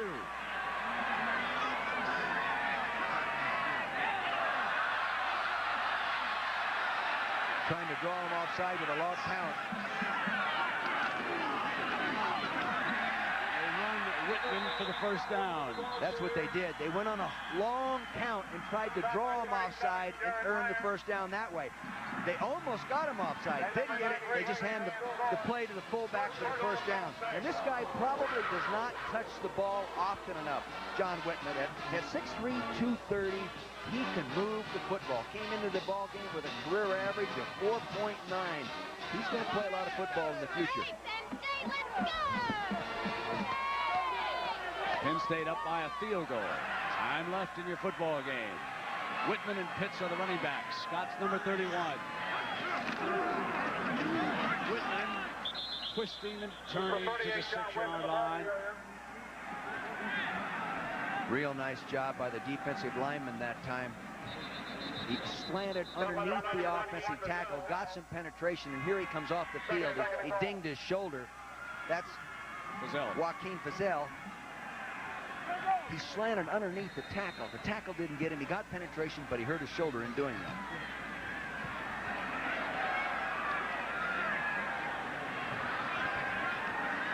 Second and goal. Archie back in and remember down here, they love to throw to Archie. He's the receiver out of the backfield. He's off to the right side now of Whitman. Archie slipping out again. Got the ball. Recovered by number 68. Andre Johnson, an underrated offensive tackle, saves the day as Chuck Winters knocks it out of Richardson's hand. They scored out of this formation against the blitz last time. For some reason, he doesn't see the blitz coming. It's coming right in his face. That's inexperience at the quarterback position. He should drool when he sees that blitz coming and get rid of the ball quickly, and he has 6 points. Now the Penn State coaches are thinking if they don't score here, we will kick the field goal unless we get down real tight inside the 5-yard line. This is 3rd and goal. The ball is back on the 11, almost the 12-yard line. The fade got it for a score. Touchdown, Penn State, 3rd and goal.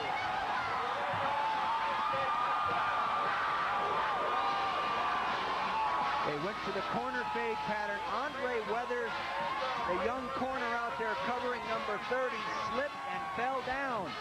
Therefore, there was no coverage. One-on-one situation. Here he is. A young freshman out there, number 30. Now watch him take the move right here. Now watch him slip right there as he turns his hips improperly and goes to the ground. See, poor fundamental work. He needs a lot of work in those techniques, and will certainly be coached to do it and change those techniques as he goes. Conway adds the extra point.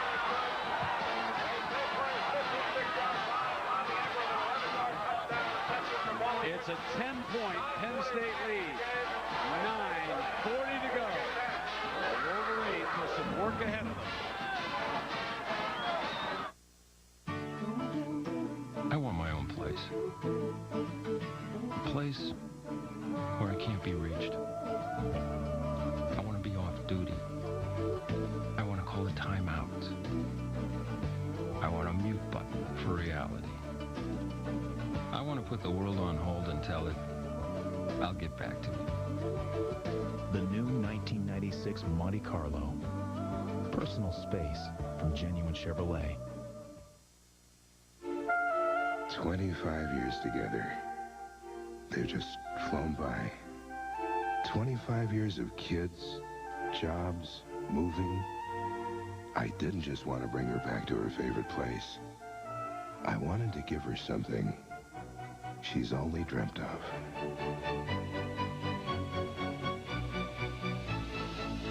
The 25th anniversary diamond necklace. Any sign of them yet? Nope. Execute. Let's move, move, move. Where are they? Well, I'm sure they're on their way. Don't worry, they'll make it. They're coming! A seal! They're here! Toy Story toys have arrived at Burger King with the stars from the magical Disney movie. Your kids can collect all 6 high-quality toys, one with every great-tasting $1.99 Kids Club meal, only at Burger King. Yeah, I knew you guys would make it. The $1.99 Kids Club meal at Burger King. The top names in women's tennis vie for their sport's richest prize. Don't miss the finals when Corel presents the WTA Tour Championships, Sunday on ABC. We are back. Michigan trailing it by 10 points, 20-10. 9:40 to go here in the 4th quarter. 57 yards in 10 plays, and the MVP is tackle Andre Johnson, who recovered the fumble by the quarterback. And from there, the fade was thrown to Ingram in the end zone. Conway whacks it. And Toomer, who's had a good day for Michigan, out to the 27-yard line. Stop by number 49, Anthony Fleury. Michigan's got first and 10 for the Dolphins, 27-yard line.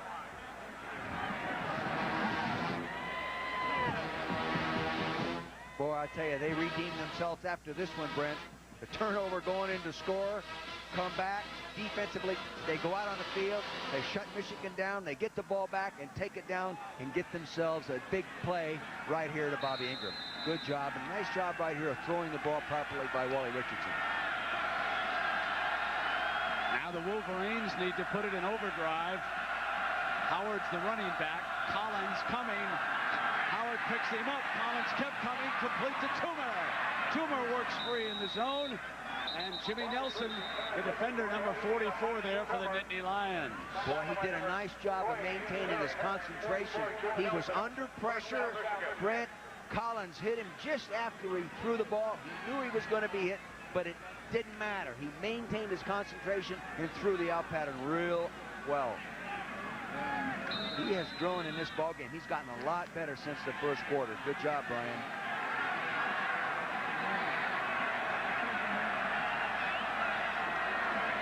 80,000 folks on hand, and listen to that sound we've had here today as the blue shirts jump all over them.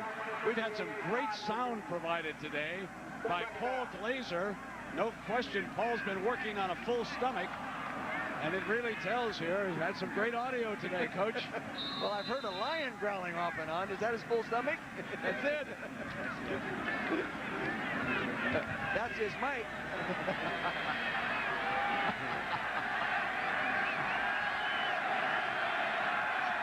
Second down and 12. Now Greasy. And he completes it to Riemersma. Riemersma to the 48-yard line. John Saunders, did the Volunteers come all the way back? Well, Brent, when you have a quarterback like Peyton Manning, he can do just about anything. Manning goes to Joey Kent, 70 yards when this play is finished. And then Manning to Dustin Moore for the two-point conversion. Right now, Tennessee has come back to take the lead, 27-24. We told you about Bobby Hoying with his concussion for Ohio State. He will not return, but because the game's in command, he is still on the sidelines. Brent. John, let's hope he's okay for the Michigan showdown up in Ann Arbor next week. Greasy pulls out, fires complete, first down at the 36-yard line. And right now, young Greasy's starting to carve this defense up. You know what I think Greasy likes? He likes the three-wide receiver formation. When they're in that formation, he's been doing a real good job from it. It gives him more options, more people working those underneath zones. Look for Sandusky to change up to some man-under coverage to take those zones away. Score a touchdown here, and we could have quite a finish. Ball's at the 36-yard line. Greasy, he's got Hayes in a foot race. He's got Hayes where he wants him. Hayes to the 17 with Tate, the defensive back.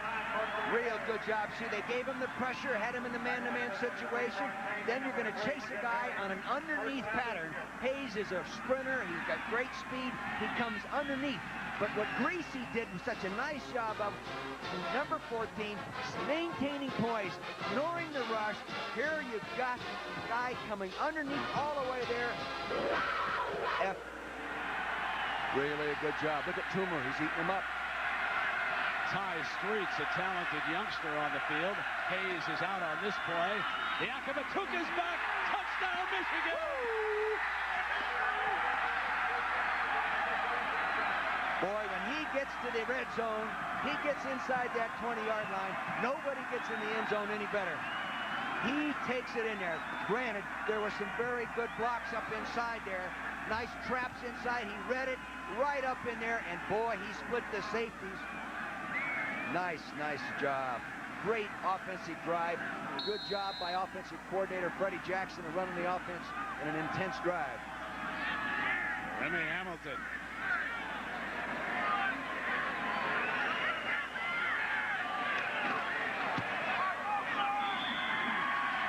Throw another log on the fire, ladies and gentlemen.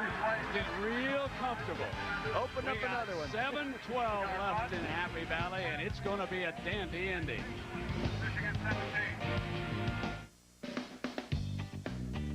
There are two kinds of people in the world.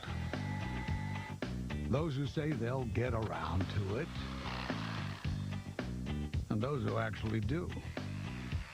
To those who've discovered there's greater satisfaction in putting things up than in putting them off, we present VersaPack from Black & Decker, a rechargeable battery system that powers an entirely new line of cordless tools. From now on, it's how things get done.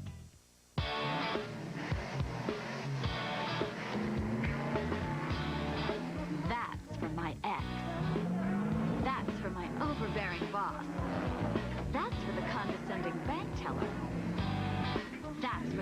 cozy waitress, and crummy coffee.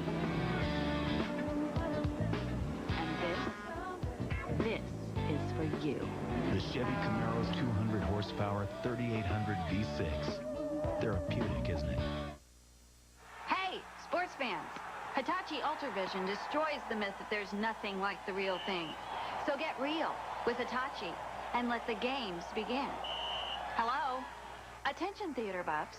With its ultra-clear, ultra-bright, ultra-sharp picture, Hitachi Ultravision asks the question, to be real or not to be? Bet you always thought Hamlet asked that. Ultravision Home Theater. TVs, VCRs, camcorders. Only from Hitachi. And that's what's next. Those of you in the Midwest, Northwestern Purdue, Wildcats need a win to stay up on Ohio State in the Big Ten race, the battle for the Rose Bowl. USC's already in. You'll get a chance to check them out against UCLA. Dick, you talked to Terry. Kareem Abdul-Jabbar may not make it, huh? Yeah, he had a bad ankle, and it did not look good for him this week, and they need him because he's their horse. Well, Michigan with Feely kicking it off. They're right back in this.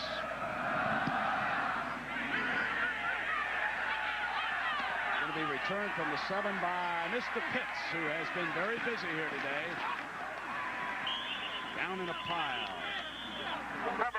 Real good job of offensive linemen using zone technique blocking. Guard comes off here and gets help here. They knock him off. Center and guard here. They come off and knock him off. Velarde gets caught behind. Biakabatuka reads it. See, they get real good movement right in there. There's that little hole, and when he sees a crack, he gets through it. Nice execution of zone block technique.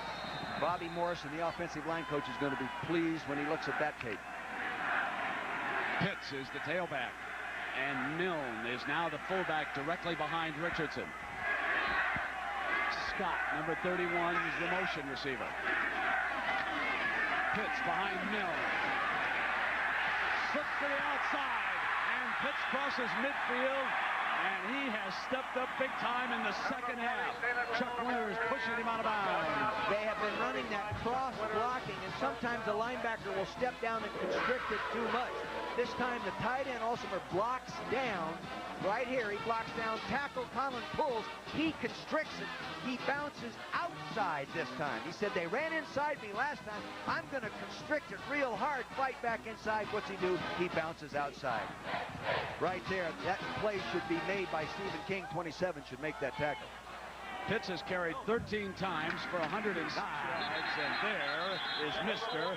Jarrett Irons from Houston. His daddy was a good one in the NFL, and his son, and a very good student. Very proud of his academic record, what he's accomplished. No question.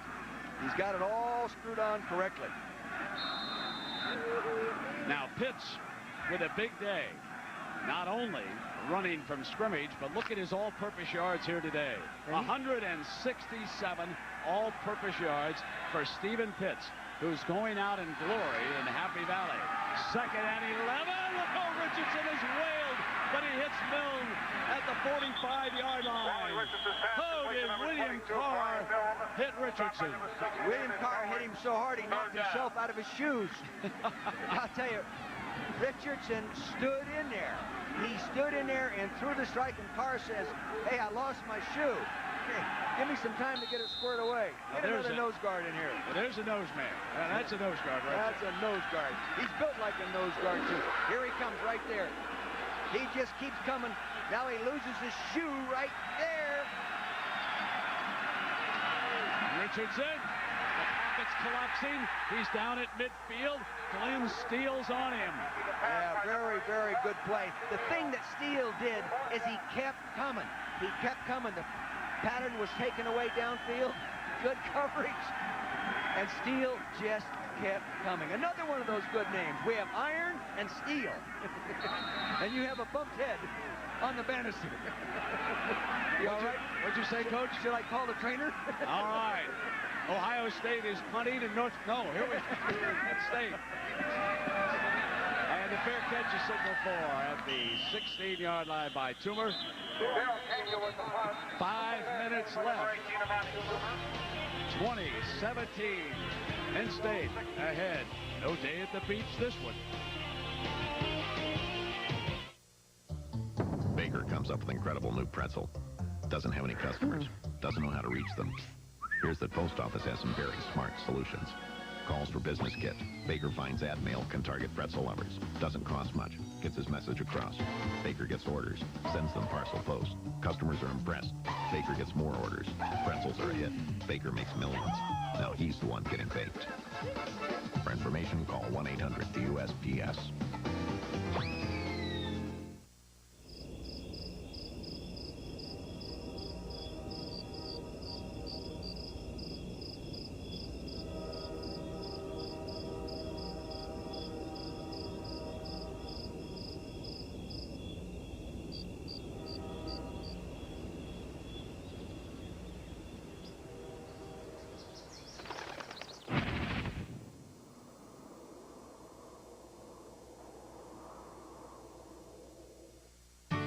There are more than 77 million parents in America today.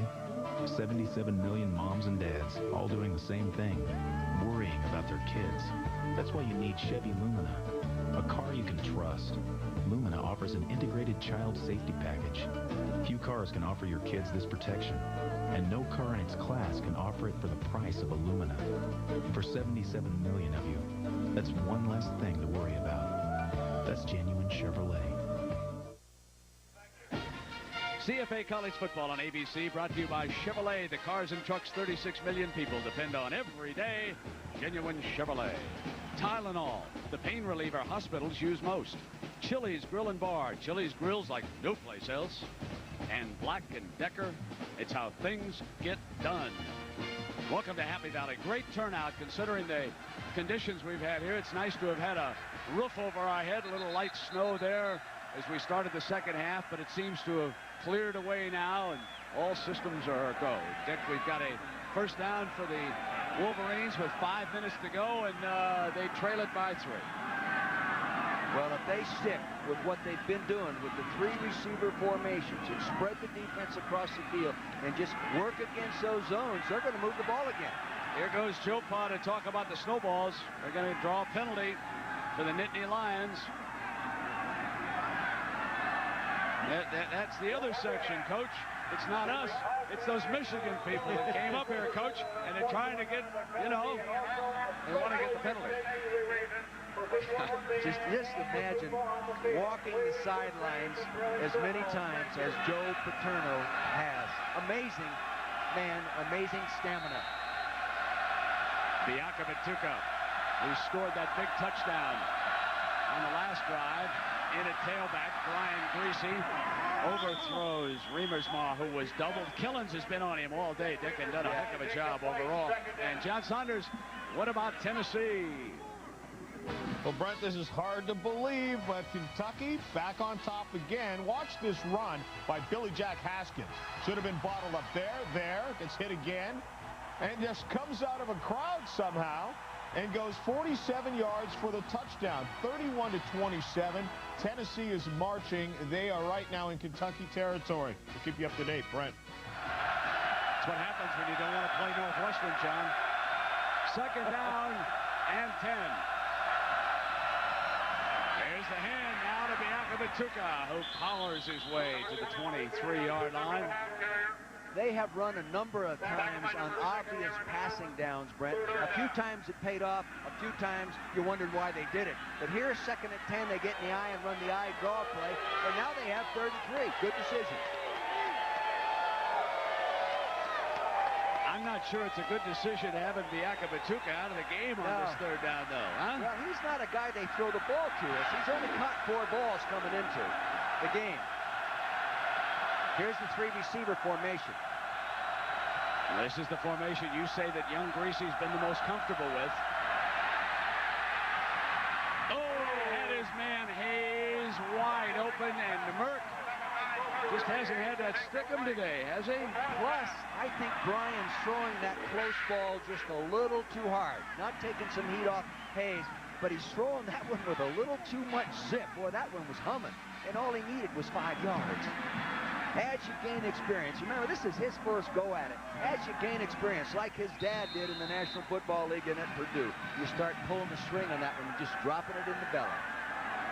That was a big defensive series. So Archie standing at the 37. Peristeros with a big punt. Ooh, a nice one, too. He drives him back for a fair catch at the 33-yard line. Now we have 4 minutes remaining. It's 2017. Nittany Lions leaded by a field goal.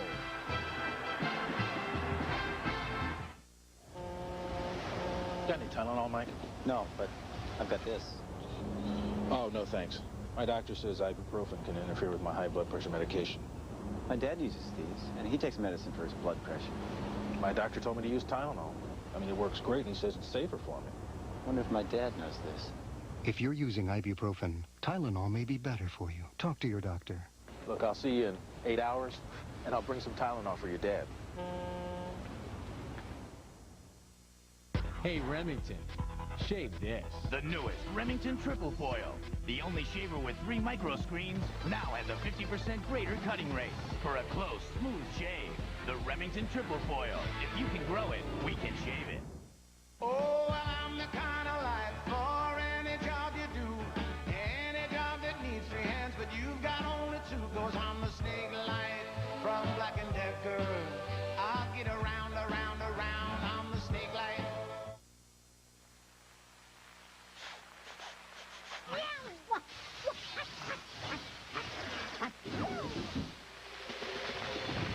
It's just not Chili's till you light up the grill, and that means steaks, like our new Solano strip steak and new steak pico, smothered with onions, bell peppers, and 2 kinds of cheese. So round up the gang and herd them on down to Chili's. Chili's grills like no place else. Next Saturday at noon Eastern on ABC's College Football, most of you will see Ohio State take on Michigan in that traditional Big Ten battle, or Florida State meets Florida. And at 3:30 Eastern, we begin coverage of golf's most entertaining event. Defending champion Tom Watson, Fred Couples, Corey Pavin, and Peter Jacobson play the Skins game all next Saturday right here on ABC. Brent, you've played golf with those guys a few times. How do you compare? Is that picture an indication? Well, I'll tell you, Coach, you've got some great transitions sometimes. You know, it's hard out here. You know, when you got that much snow, you got to try to find something to eat. Yeah. 4:08:2017, and here's Pitts. Pitts bolts free, and Pitts breaks it. They've got the angle on him. Pitts will try to turn it up now. Down at the 7-yard line. Penn State's MVP does it again. Nice block by Big Keith Conlon, number 53. He did a good job of stretching the defense, getting it moved, and they ran up underneath it. Big Conlon did a nice job. They tossed the ball deep to it. You'll see 53 on the right side of your screen. See that nice block? He kicks him outside. Now, good running ability. Cut back. Gets a stiff arm out there. Old technique. Nice job. And this guy has waited for a long time to be the center of attraction at Penn State. He's always been a guy that never got to play very much. Look at this comparison. Pitts, 163 yards, 10.9 yards. Michigan, 122 yards. A 58-yard run. Archie picks him up, and Archie is stopped at the 4-yard line. Michigan must have a goal line stand here. 3:26 to go. They're down by 3. See, and you might as well pull it all out, Brent. You just line them up there and get after them, come down in those gaps, and just try to get good penetration. If we have time, the Thrifty Car Rental postgame report. Now it'll be 2nd down and goal. Both fullbacks in the backfield.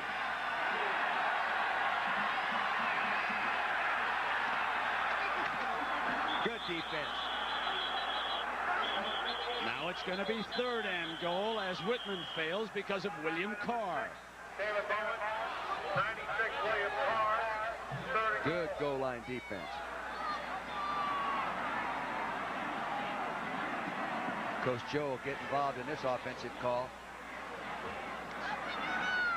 Fran Ganter calls all the offensive plays. Joe gets involved in the critical decisions. That's what a head coach does.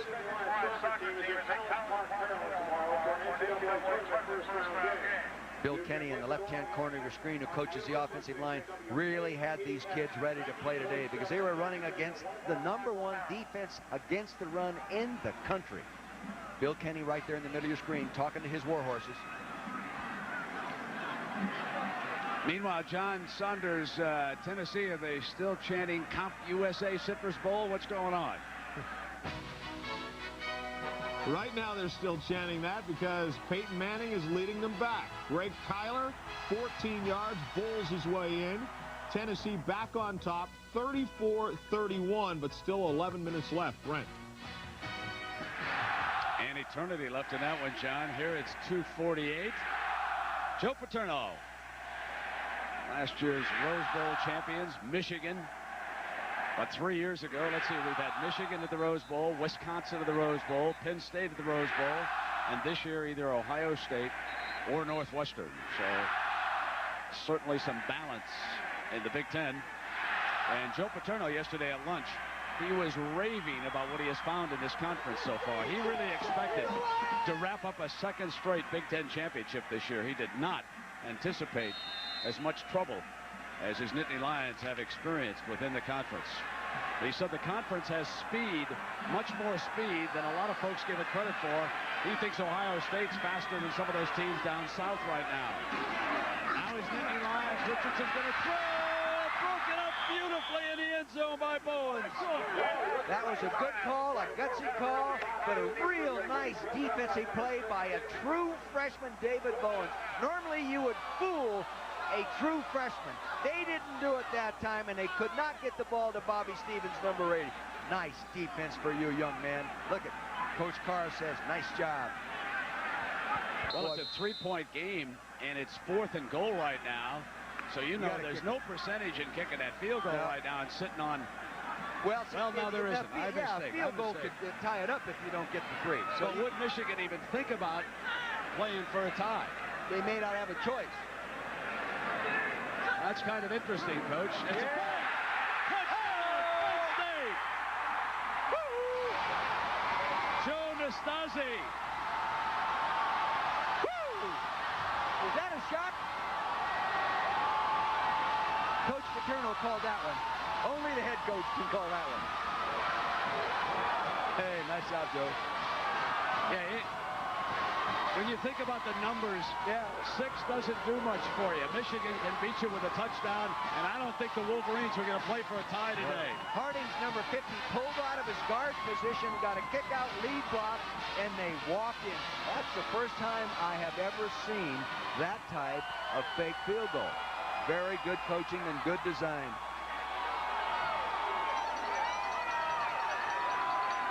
Well, the sophomore from Woodbury, Pennsylvania, a wide receiver, Joe Nastasi, has a moment to remember.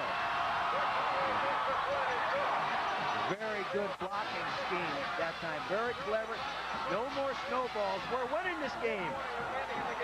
He's going up there and really chew. He's going to really chew. I'm going to get you and spank you.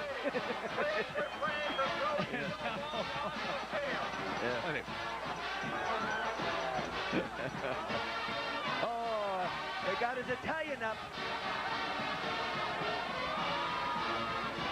Coach Joe, you know, he's coaching today in front of his new grandson who was in the stadium today. Here he is right here. You'll see the block right here of the guard. Harding's pulling and kicking out as these people block down and seal off. He'll pull.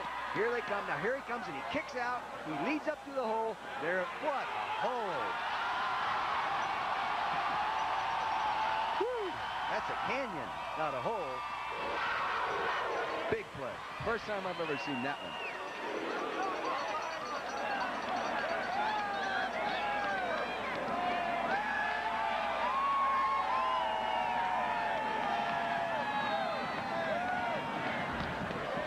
Well, this one's all but over.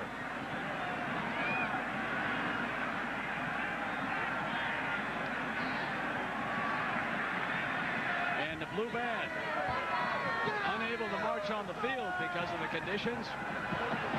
hanging tough in the stands here today.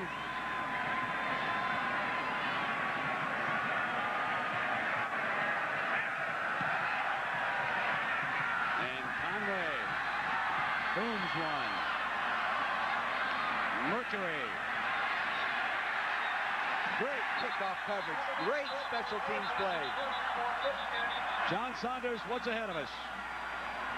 Well, Brent, we want to remind everyone that your game is just the first of two. Coming up next, Northwestern and Purdue, UCLA and USC. Some of you will see that game out of the Pac-10. Or Kansas State against Colorado. It's all coming up. Some will see Arkansas, LSU, or Utah, BYU next.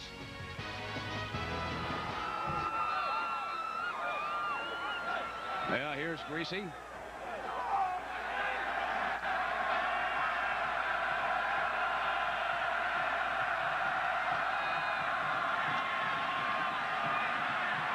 Deep. Deflected. Oh, incomplete. Miller couldn't hold on. Boy, that's a dangerous throw. And he's got to gamble right now to get the one big play. But waiting that long to throw a post against a zone coverage, normally that ball would be intercepted.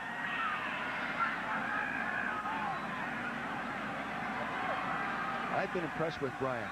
I think he grew up a lot in this ballgame. He was competing.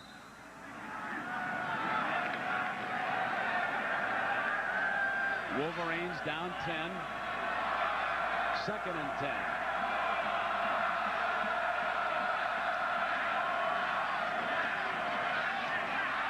Greasy high, incomplete. See, he's throwing against a stacked deck right now. They're just hanging back. That time they had 4 underneath guys playing zone and 3 deep. Boy, and that's tough, especially when you got a little rush coming on you. Especially when you're thinking about big play.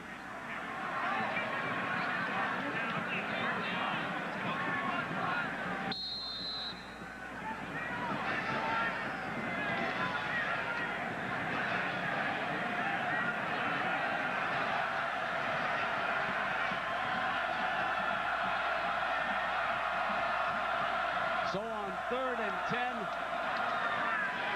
Killen's trying to get to Greasy, fires, it's complete, but it's short of the first down. Reamersma hit by Jimmy Nelson. It's going to be 4th and 3, timeout Wolverines.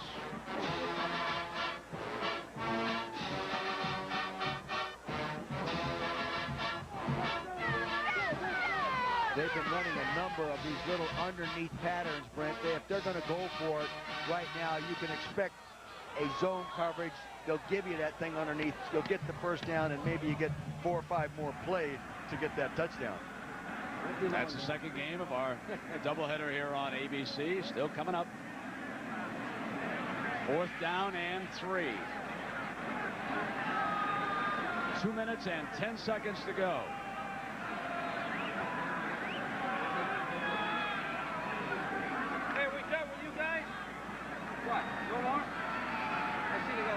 Joe Paterno and the Nittany Lions. Next play, Michigan State. Hoping to make it to the Outback Bowl, the old Hall of Fame Bowl in Tampa, Florida. Northwestern will have to try to protect that lead as Ohio State's beating Indiana. So you put up another W there for the Buckeyes. Now 4th down, and they're going to turn it over deep. They got the first down. It's Reamersma to the 26-yard line. And you know what Penn State did defensively. Jerry Sandusky, the defensive coordinator, came at him with a blitz. He brought the house. So we weren't going to give you a first down. They got it anyway. Michigan with 1 timeout remaining. Greasy to the right, deep. Hayes, midfield. Another first down for the Wolverines. Are they going to get it? No. Down at the 45. Clock stops quickly as they move the chains. On 1st down in college football, clock stops anyway. That was a nice throw into the zone like that. He's trying to get out of bounds. That's the trouble with catching the ball in the middle of the field against a prevent-type defense. Tough to get out of bounds. You'd rather try to hit the seams and everything going toward the sideline. Greasy away from pressure. Fires incomplete. And that time it was Todd Richards, the young receiver. I should say the senior flanker who's getting some playing time. And Jimmy Nelson, the linebacker, got the hit on it. You'll see it right here. Here it comes, here it comes, here it comes. He comes up and pow, both of them. And that also is Brad Scioli. He really took a shot. Oh, man. That one did not feel too good. Now, how do you think Dad feels getting ready for USC UCLA, and he's watching son take a pop like that? Well, he knows what it feels like, believe me. Well, Greasy's 24 of 43 for 323 yards here today. Now on 2nd and 10. Oh, it's dropped again. And this time it was Howard out of the backfield. Boy, he's had some balls dropped on him, Coach. Yes, he has. And I think sometimes on the little short pass like that he puts a little too much on the ball. But you should catch that football. 3rd down and 10. Michigan needs a quick strike and then the ball back on an onside kick. Penn State wants a stop, and then they'll go to work on running the clock out. The fake field goal gave the Nittany Lions daylight. They're on your man under right now. No, he and Toomer miscommunicated. Toomer wound up with a post, and he was going back to the pylon. Greasy was, so they had a miscommunication on that read, and it has come down to 4th down. Had the coverage to go to the post. If one-on-one with no free safety, everybody else playing man-to-man, that's what you'd like to throw the post at. Like you said, though, somebody was on the wrong page. What do you think that signal means? Rub the head. Oh,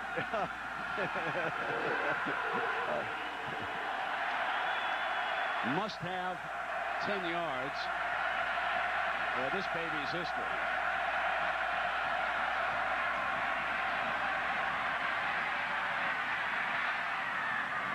Incomplete. He threw it high.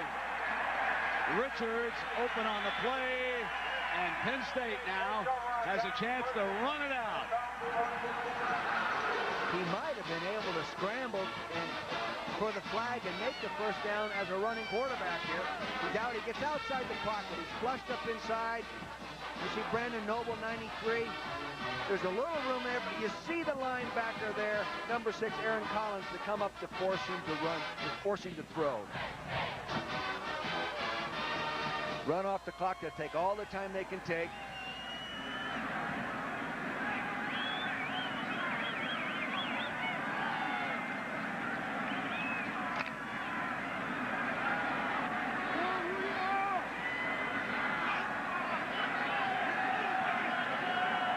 On 1st down.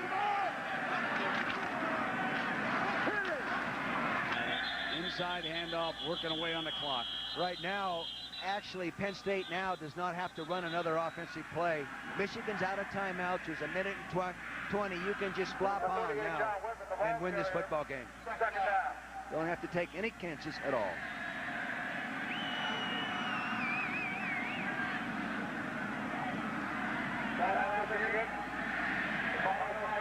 Very, very competitive football game. Few officials' mistakes, few passes dropped, some good running by a number of running backs. I don't know if you can give Tim Biakabatuka the ball enough times. You know, I think every time when the ball game's over, you think, you know, maybe I should have given him the ball more. Good offensive line right here.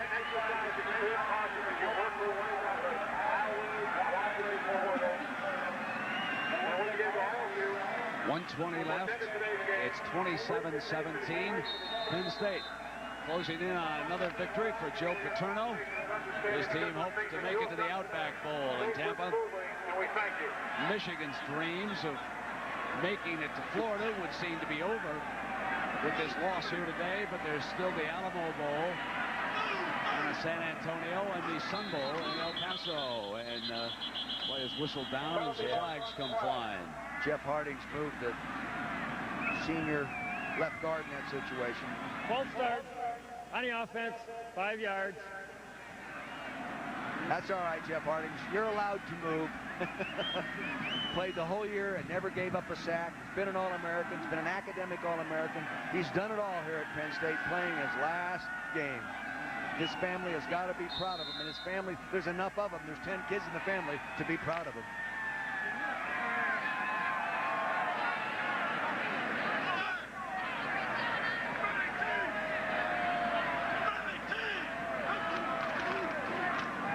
Pitts has had a huge day.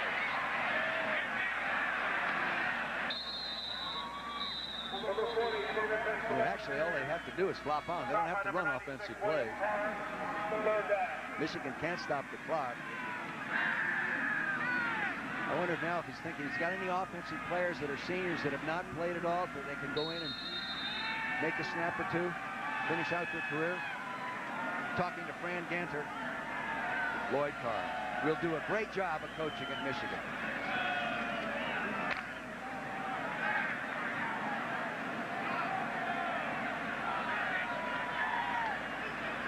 Final seconds. There's the man of the day for Penn State. Our genuine Chevrolet most valuable players at this game are Sharon Irons from the University of Michigan, Stephen Pitts from Penn State. And in celebrating its 25th year, Chevrolet donates $1,000 to each school's general scholarship fund to reward outstanding students for their academic achievements and to assist those in financial need. 27-17, 5 ticks of the clock left, and this baby's over. For Jack Arute and Dick Vermeil, I'm Brent Musburger saying so long from Happy Valley, where Penn State has beaten Michigan 27-17. Regional action is coming up next on ABC. So long, everybody.